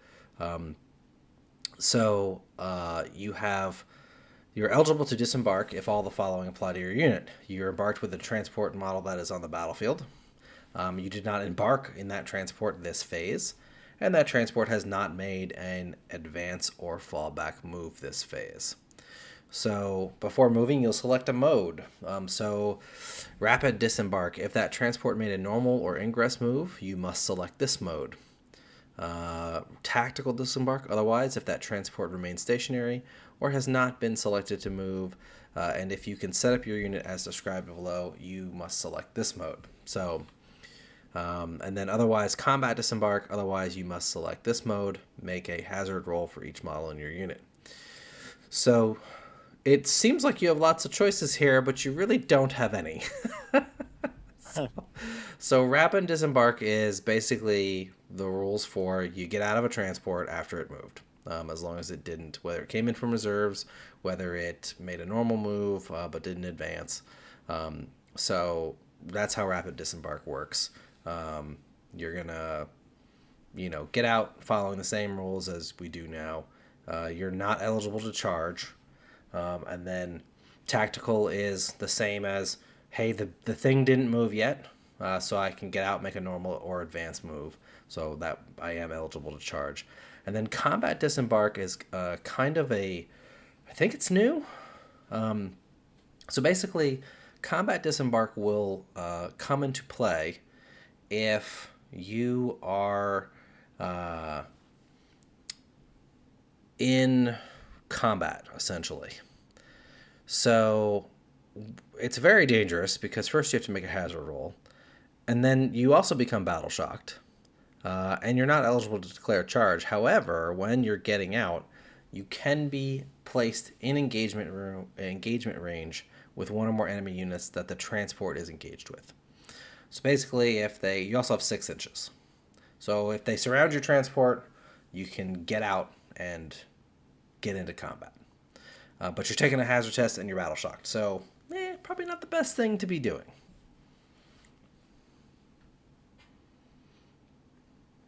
Yeah, I kind of agree. It's something. It gives you another ability to get out of that transport, which is kind of nice. But there's definitely some downsides to it, and you're gonna get swung at right away, and you're gonna take some losses both through your hazardous, battle shock, and then getting close combat. You're gonna get nailed. Yeah. And then emergency disembark is more or less the same as it is now. It's 6 inches though, which is nice. It's only if your transport is destroyed. You set your unit up, you make a hazard roll for your guys, and then you set up your model wholly within the setup distance and as close as possible to the transport. So this is where the as close as possible to the transport comes in. Is you got 6 inches, but you can't just deploy out 6 inches. You do have to set up as close as possible. But they give you 6 inches in case there's just not room, right? So Yep. Each model that cannot be set up this way is destroyed. And then after moving, your unit is battle shocked, and at the end of the turn, it is not eligible to declare a charge. But wait, it gets worse for emergency disembark. Because, as we'll find out as we go down to the special rules here in a minute, Deadly Demise is now rolled after you get out, so you can also be hit by your own Deadly Demise. So, yeah. Get your butt out of the transport before it blows up. That's what we've learned here for this one. So, moving on, we have attached units. Now, I have a feeling there's going to be more rules with this because there's a lot of unanswered questions on this, all right? So, forming units, some units have the leader or support ability listed in their datasheet, see below. Such units are known as leader and units and support units, respectively. Both of these abilities allow such units to lead other friendly units, known as bodyguard units, to form attached units. an attached unit is a single unit for all rules purposes, much as they are now. Leader and support units can only lead specific bodyguard units as listed in the Warhammer 40,000 app. So leader and support. Before the battle, in the muster armies step, now we knew this was coming, you were going to have to attach your characters during army building versus, at the start of the battle. Each leader and support unit in your army, you can select one friendly bodyguard unit to lead. That unit will then lead that bodyguard for the battle and form an attached unit with it. Unless otherwise stated, each bodyguard can only have one leader and one support unit attached to it. So basically the way it is now, only the nice thing is that the way they've done this now is they've really freed up. So before you'd have to have special permission to attach more than one leader to a unit. So like Space Marine lieutenants or castellans say, oh, you can lead a unit even if a marshal or a captain or whatever is also already leading that unit, right? Those kind of funky rules things are now gone. So if you have a leader and a support character and they can both join, let's say, the same unit, say intercessors or PCS or Swordbro squad, then you can just join them. You don't have to have the special permission anymore. Something that I'm looking forward to with this is chaplains or leaders, as we've seen with the most recent data sheets that were just released. And more than likely, I'm guessing that things like castellans and lieutenants are going to be support, which means that now we can attach more things to our chaplains, which means Grimaldus can have a Castellan. Well, not that you'd want a Castellan because he gives free rolls anyway, but you could have like a lieutenant attached to Grimaldus to give lethal hits to the squad, or a regular chaplain or an execrator with a Castellan. That makes it much less painful to lose the Marshal Castellan combo because you can still get those rerolls. So I really like the change to the way this works. Yeah, I do too. It frees up the ability to make some list adjustments from what we're used to. Yep. It does restrict you, obviously, as Alex talked about. So you can only have them assigned the list building stage, but being able to have some more mix and match options, especially since we have numerous characters that we can have access to. Yeah. Really kind of opens up some of these little combos that we really kind of like, because our units really love to have character support. So yeah, absolutely. So yeah, and then attacking attached units. This is basically the same it is now. You use the highest toughness of the bodyguard models, as opposed to whatever the leader has. So, like a Neuro Tyrant joining the Neurogaunt's still going to be tough 3 to wounds. So sorry, on those mixed toughness units, you're still using the bodyguard. All right, so then keywords in attached units. This is still basically the exact same as it is now, but a big change here is abilities in attached units.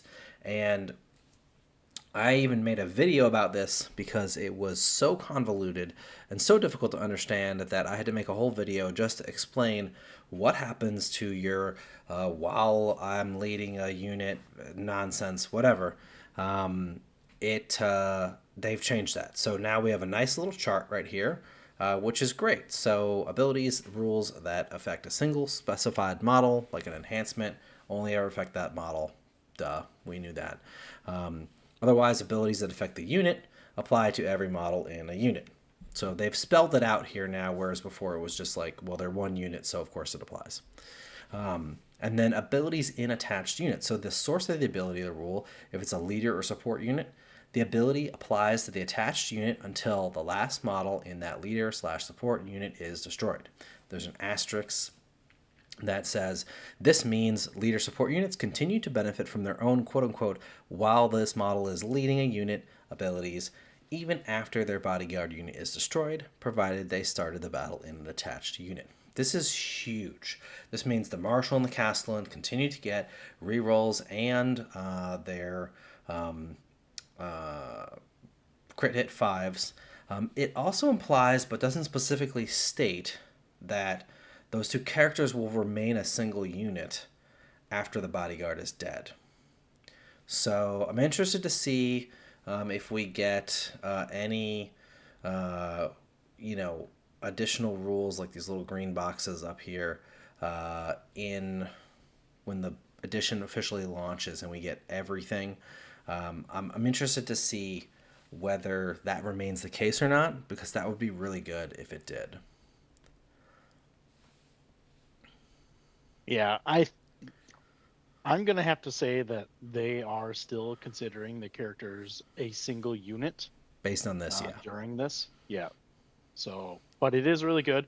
It is a little bit different from my initial reading of that. So when we did the preview video, I was hoping that the unit's ability stayed conveyed on to the leader, but based on this, it shuts off once that last bodyguard unit and that's dies, the next bullet which is point here is once the last bodyguard unit model and that bodyguard unit is destroyed, you stop benefiting from it. However, it does say in all of the above cases, if the last model was destroyed as a result of an attack, the ability it was conferring upon the attached unit applies until the attacking unit has resolved all of its attacks. So same as before there. Yep. And then the last one is the specific model with an enhancement. Of course, when that model is destroyed, it stops benefiting from it. Like, duh, we knew that. But good that they spelled it. Nevertheless, having the ability of the leader and the support to continue to have that, especially with the critical nature of our characters, it's going to be huge. Yeah, absolutely. All right. So, strategic reserves. So placing units in strategic reserves. This is, as far as I can read, more or less the same. The big difference is that strategic reserves is now 50% of your points limit for your battle size versus 25% previously. So I'm guessing that they're just lumping all of the like deep strike stuff into strategic reserves. Like everything will be in strategic reserves now to simplify it, because it was kind of confusing if you're a new player and you're not really sure. They also define repositioned units. So some units allow units to be removed from the battlefield and placed in strat reserves during the battle, like scouts. Units that use such rules are known as repositioned units, in addition to any other rules that apply to such units, such as where they can or cannot arrive. All of the following rules apply to them. So, number one, if it's used in the movement phase, such rules can be used on units that have already moved. A repositioned unit that is set up in the same turn in which it made a advance, fallback, or disembark move has still made an advance, fallback, disembark move that turn. And then when they are removed from the battlefield, any rules that were affecting such units for a specific duration or under specific circumstances continue to affect them while that duration is. So basically, this is the persisting effects, which was the same as 10th. So just some verbiage change here, basically, but this all feels very much the same as now. Yeah, I don't see any changes to that. So, moving on, arriving from strategic reserve. So this is where it talks about the ingress move. It is basically the same as arriving from strat reserves now. They just made it a whole move unto itself. 6 inches from the board edge.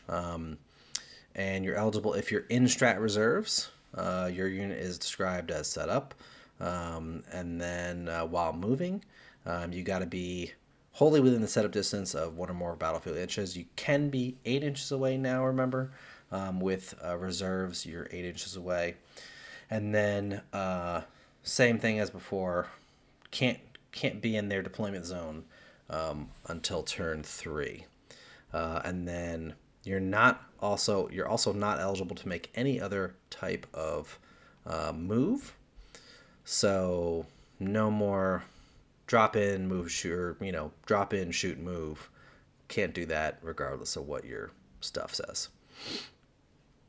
So And then, of course, at the end of the battle round, unless otherwise stated, any strat reserves that have not made one or more ingress moves are destroyed. So if you've made an ingress move, because like basically, which is interesting the way that's worded. I want to say it's the same, but I don't think it is as now. Units that have not made one or more ingress moves with the following exceptions. Oh, reposition units. Yeah, so scouts that start on the board and jump into reserves are a repositioned unit. They are exempt, right? So it's basically the same. They're just spelling it out differently, and I think more clearly. Yeah, this is basically the first bullet point is going to be for like flyers and Yeah. such that go back into strategic reserves. Yeah, it's made an ingress So, move. So yeah.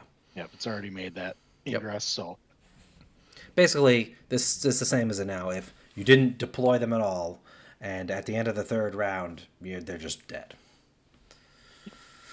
All right. Speaking of flying, flying and surging. Let's do some flying and surging, Bob. So, surge moves is now a special kind of move that is spelled out the same as before. It's more or less the same. Rule is all the following apply. Your unit's not battle shocked. Your unit's unengaged. It's not moved already this phase, so you can only do once. Your unit's moved as described as moving. You do have to select the closest enemy unit to be the surge target, just like you do now.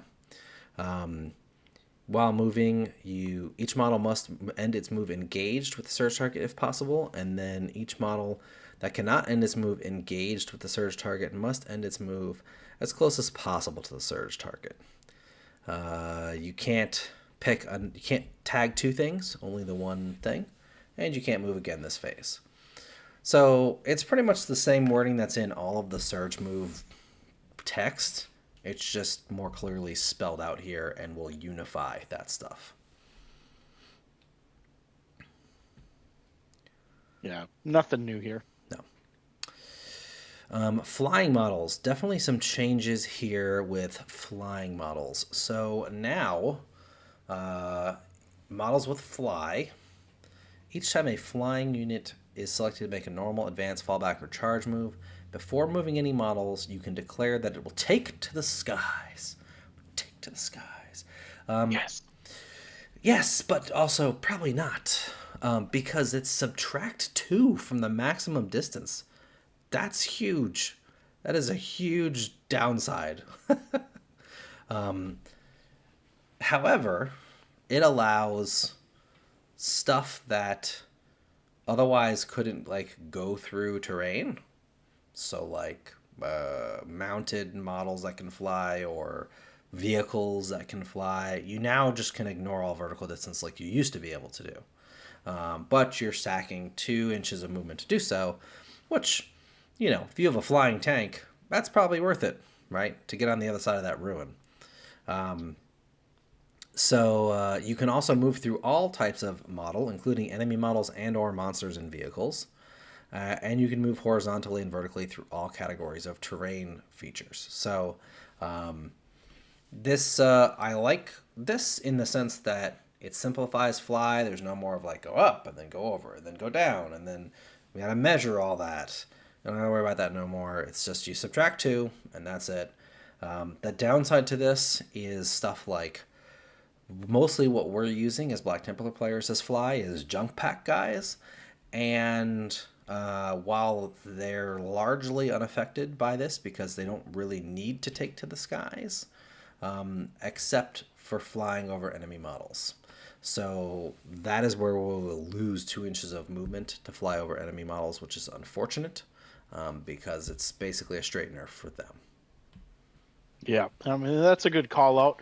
But I will say, if you're using fly to get over terrain pieces, I believe this is a positive gain, especially those large ruins, because taking all those angles, you're going to be losing a lot more inches trying to fly over the top of the ruin and then back down again because you had to make the angle Yeah.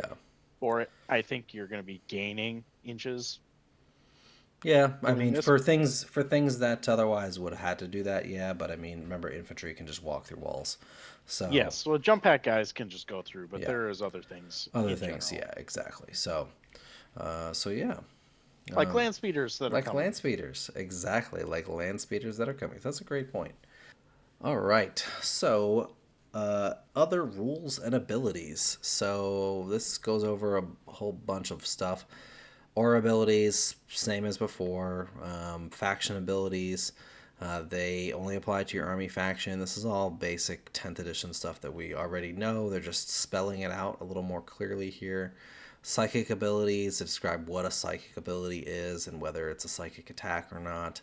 War gear abilities, what those are. This is all familiar to us, so nothing really new here. Plunging fire, they talked about this in a article on Warcom. This is definitely new. They have made plunging fire better. You no longer have to be more than 5 inches off the ground or whatever it was. Now you only have to be on a section of terrain feature that is 3 inches off the ground, which is basically almost every ruins floor in existence. So a lot more use for it.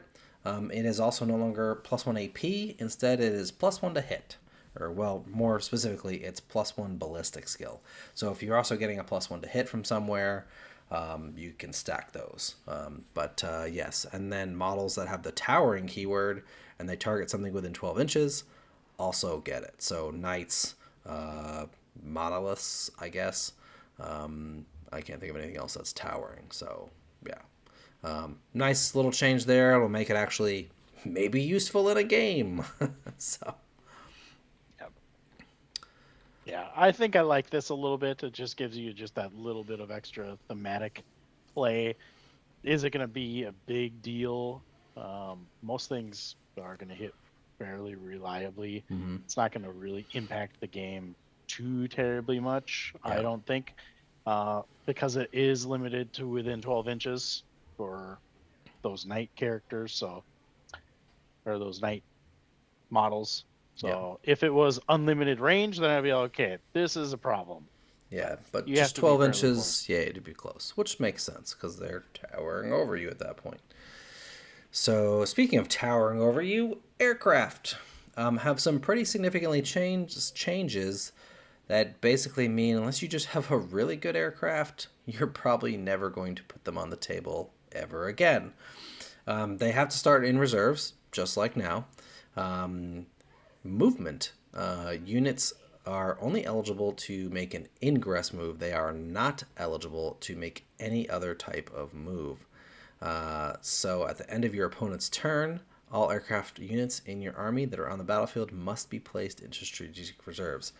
So this is really rough because now they basically don't even move. You have to plunk them on the edge of the board unless they have deep strike, and then they disappear and pop off. Like it's basically like a strafing run kind of thing, except the problem is you can't move them at all, and we don't really have any, but there are other armies that have abilities that require you to fly over something to like drop bombs or something.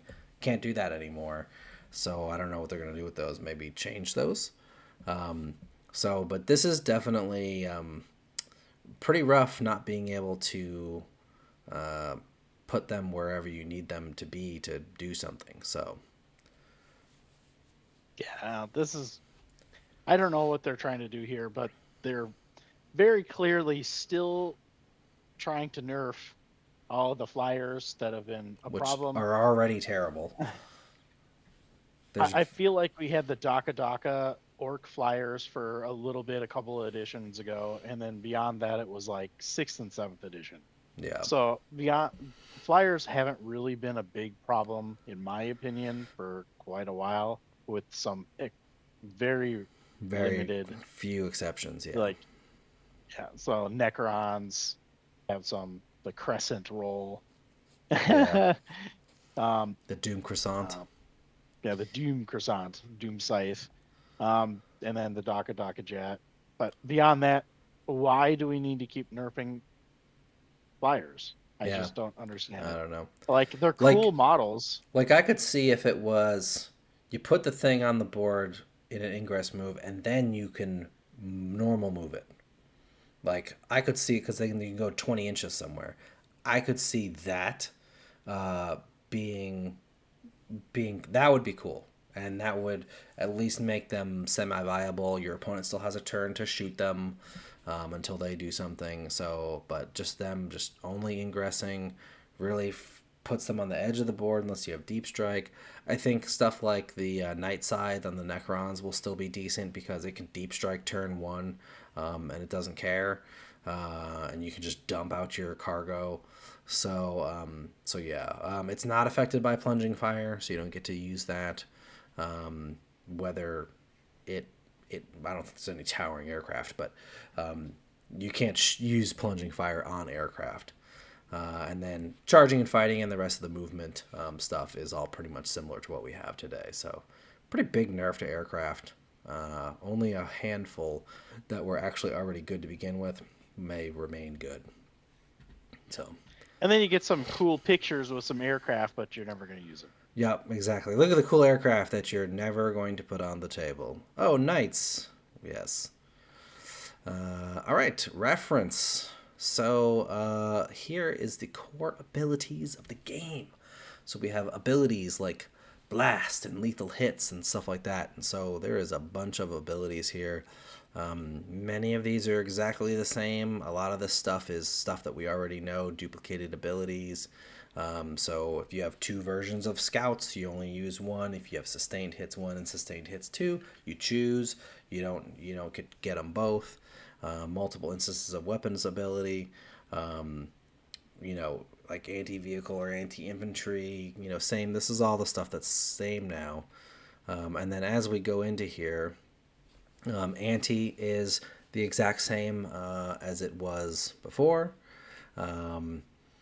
Blast is the exact same as it was before, with the exception of now you can have Blast X, which means like if you have a Blast 2 and you target a unit, this is the example, you target a unit containing 12 models, you would roll 4 additional attack dice instead of 2.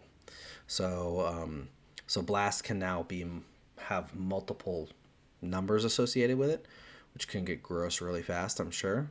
We'll see what stuff gets that Blast X. I don't know. Assault is the same. Cleave is now Blast for melee. So this is a new ability. They did preview this ability. It can also have X, so Cleave X, Cleave 1, Cleave 2, and it works the same as Blast. So this is kind of cool. I like this.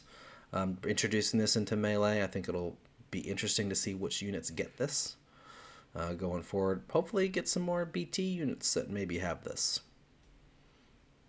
Lightning Claws. Lightning Claws, yes, that would be amazing.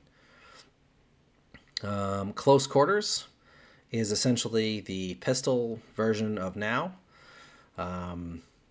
So not much change there. Deep Strike. So this has changed because now the only way to come off from reserves is ingress.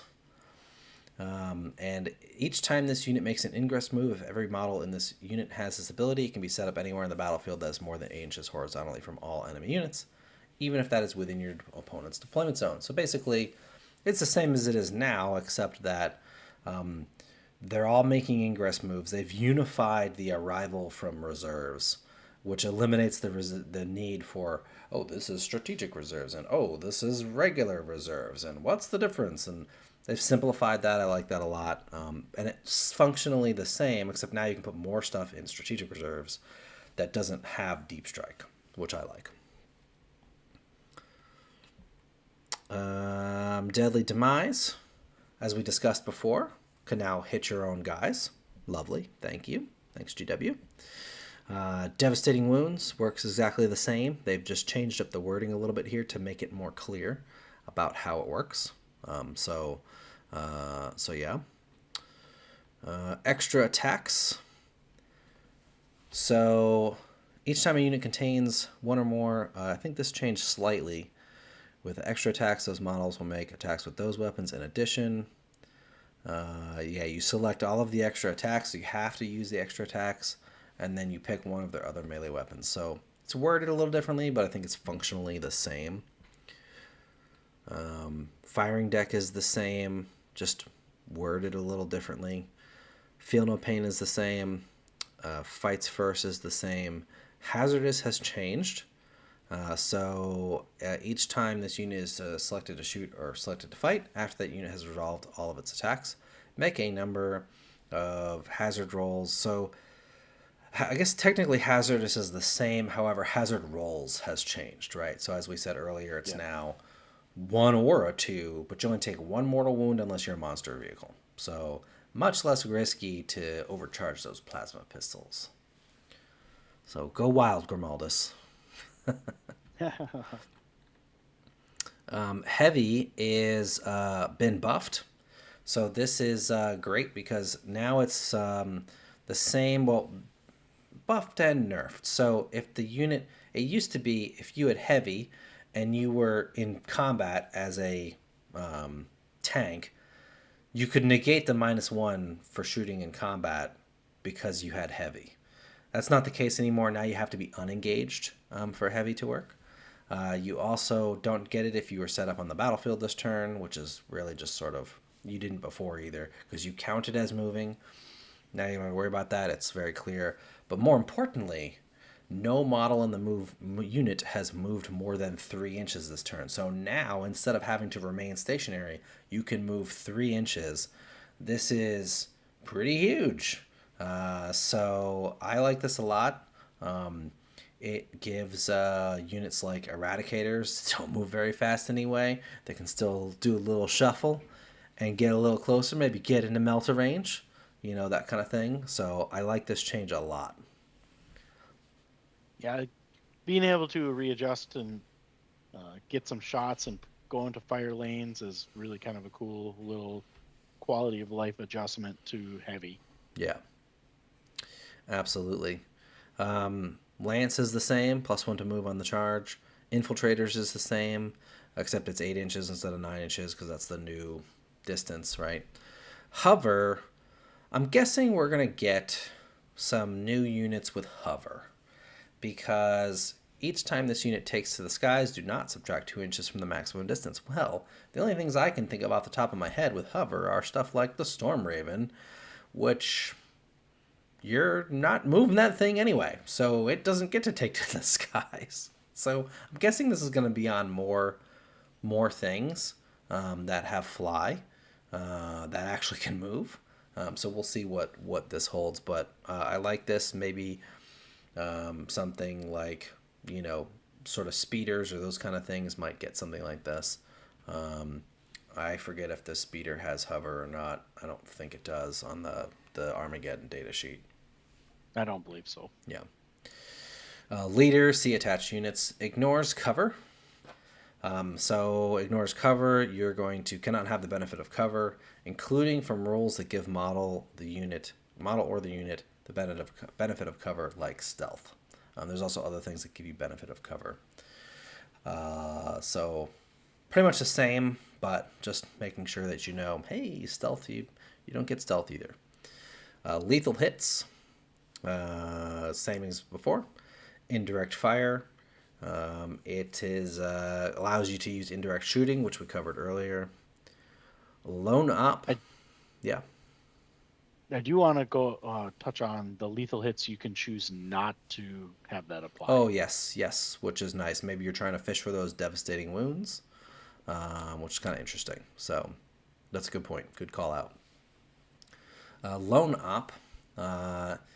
Is this unit is not visible within 12 inches. So basically, it gives you the hidden mechanic within 12 inches, and it cannot be targeted by indirect fire within 12 inches either.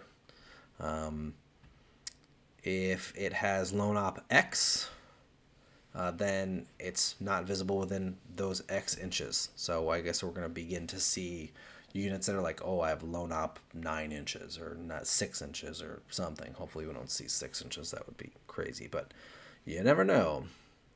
Yep. The one shot, same as it is now. Melta, same as it is now. And then pistol is just telling you it's exactly the same as the close quarters rule. So anything with pistol, so that they did this so they don't have to errata every data sheet that has a pistol, which is almost all of them. so, so yeah, that is there. And then down here we have a few more. Precision. So, as we talked about before, precision allows you to choose one character group in your wound allocation and force it to be first instead of last. Um, we went over all the benefits of this. Precision much better. Scouts takes the form of Scouts X. In the pre-battle abilities step, every model in that unit has this ability. You can do one of the following. So we have a couple of options here now, which is pretty cool. If that unit is in strategic reserves, you can set that unit up anywhere that is wholly within your deployment zone. So if you put scouts into reserves for some reason, you can then now deploy them in the scout pre-battle ability step, which is neat. Or not infiltrators, incursors. That's the other one I'm thinking of. If that unit is wholly within your deployment zone, it can make a scout move, which is really unfortunate because now that means scouts can't infiltrate and then scout. So, rip. If that unit is embarked within a dedicated transport and wholly within your deployment zone, and every model within that has the scouts rule, the scout, the same as now, you can make a scout move in the transport. And then the scout move is basically the same as it is now. So that's a pretty big change. I like the pulling it from strategic reserves. I do not like it not being able to scout and infiltrate. That's really unfortunate, especially for freaking squishy units like scouts that may not want to be where you put them, but you want to put them there for whatever reason. So, yeah, that's unfortunate. Yeah, scouts especially because you're using those most often to screen out the middle of the board. So your opponent can't scout their own things in there, or you're blocking off infiltrators. So this really kind of puts them in a dangerous position that you're not going to be able to get them out of if you do not get the first turn. So Yeah, expect those to die if you're going second, unless you deploy them back a little bit. But yeah, again, infiltrators are going to get you then. yep. Um, Psychic. So this is a pretty big change. Each time an attack is made with a psychic weapon, you can ignore any and all modifiers to that attack's ballistic skill or weapon skill characteristic, and any or all modifiers to the hit roll. Attacks made with the psychic weapons are known as psychic attacks. So I think this has the potential to be busted because we now have essentially three armies that can just completely ignore cover with the vast majority of their weapons. Grey Knights have a ton of psychic weapons. Thousand Sons have a ton of psychic weapons. And Demons. not so much demons as the third one I'm thinking of as Tau because it's built into their army rule to ignore cover for the greater good. So this since covers a ballistic skill modifier, this allows you to just essentially ignore cover if you have psychic attacks, which is gross. Nerf it immediately, GW. This is broken. Psychers should just be eliminated from the game. They're heretics, all of them. Sorry, rant over. Rapid fire, same as it is now. No change here. Stealth, now you just get the benefit of cover. It's not a flat -1 to hit anymore. It's benefit of cover, which is the same thing. Sustained hits, same as it is now. Super heavy walker is now a special rule. So things that are super heavy walkers, I believe this is the same. Uh, yeah. So it's the same as the rule that's in the Knights book, except now it applies to anything with super heavy walker. They just made it its own thing instead of only being that way. They could put it in more things if they wanted to. Torrent the same, Twin Link the same. So yeah, then that is it for the abilities. Then we have the rules appendix. This is continued in the app. So they talk about starting strength here. This is all exactly the same as it is in 10th. And then a couple of extra things here, mixed keywords and units. These are all basically the same as they are now, but that is more or less it. Some of this stuff is going to be in the app, but these are all the same. Different move characteristics, eligible to fight but unable to fight. None of this is really changed than it is now. So this is basically the same so far. And then, yeah, and then that's pretty much it. Objectives not within a terrain area. So if an objective, it talks about if an objective is not the terrain piece, which I'm pretty sure they all are in standard games. I guess maybe there'll be some one-offs here and there or narrative stuff that may not be. It tells you what to do with that. And then it talks about revived models as well. This I think is the same. Only if those enemies they can be engaged, but only if those enemy units are already engaged. So you can't just like plop a guy into engagement range. You have to bring them back, but they can be engaged now, as long as they're in coherency and their unit was already engaged.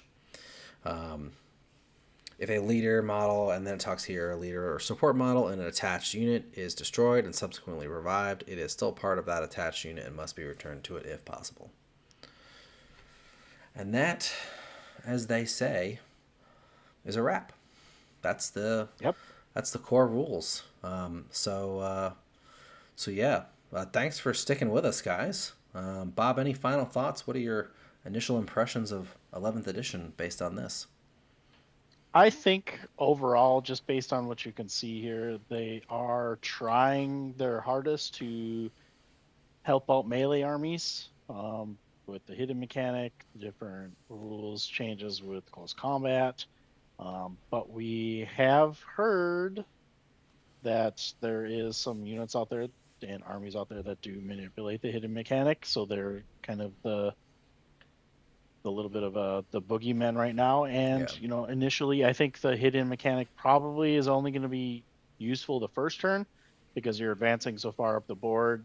You're going to be within that range on the hidden mechanic. So we'll see how that shakes out in the coming days and weeks once we start getting some games in. Really initial thoughts here.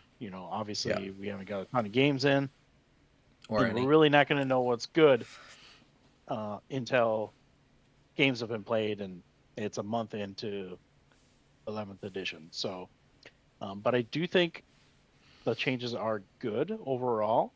There's nothing that I'm too terribly annoyed at. I think a lot of the questions that I had when we were doing our first impressions were assuaged on that. So I don't really think there's anything like crazy. Yeah. Now, it's going to remain to see. There's content creators that have released all of like the primary missions, secondary missions out there. The games that have been played, have shown off those missions. Some of them are going to be tougher than others. So really, what we're kind of waiting on is what that army builder interaction with the detachments is going to look like, and if they make any adjustments to the rules. I doubt they're going to do anything beyond like keyword changes and things of that nature. But specifically to us, I suspect we're going to get put in line with other Blood Surge units when talking about our Crusader squads. So they probably will adjust that. So we will have just the D6 surge. Plus, you know, we really kind of want to see what our leaders and support units are going to be, but I think we've talked about this. I suspect the chaplain is going to be a leader. Yeah, well, we know he So is on the Armageddon data sheet, so I cannot imagine he's not a leader in any other of the um, types of armor he can take, like Terminator armor or normal armor versus jump yeah, pack or whatever. So he's almost guaranteed to be a leader, which means, and certainly Grimaldus is a leader. So I'm really excited to be able to attach guys to Grimaldus, support guys like maybe a lieutenant or heck, even a Crusade Ancient in VTF makes that Grimaldus blob that much better. So overall, really excited. I think this is very well laid out. I like how they tried to make it super clear within each thing of what you can do and what you can't do. I think that will reduce the number of pages on the rules commentary, which I'm assuming we're going to still get a rules commentary. But I do appreciate the efforts they've taken to like mm-hmm. make this layout visually easy to read. Give us lots of pictures of like how stuff works so we can give examples. That was so super helpful in 10th when people were like, well, how does it work how do I shoot through a ruin, or when my tank is only partially in a ruin? Oh, cool, here's the infographic, right? I am a little nervous about the fact that vehicles and monsters can just tow in and then shoot through the whole thing. That does make me a little nervous. So we'll see how that shakes out. But that's my only real nervous point on this.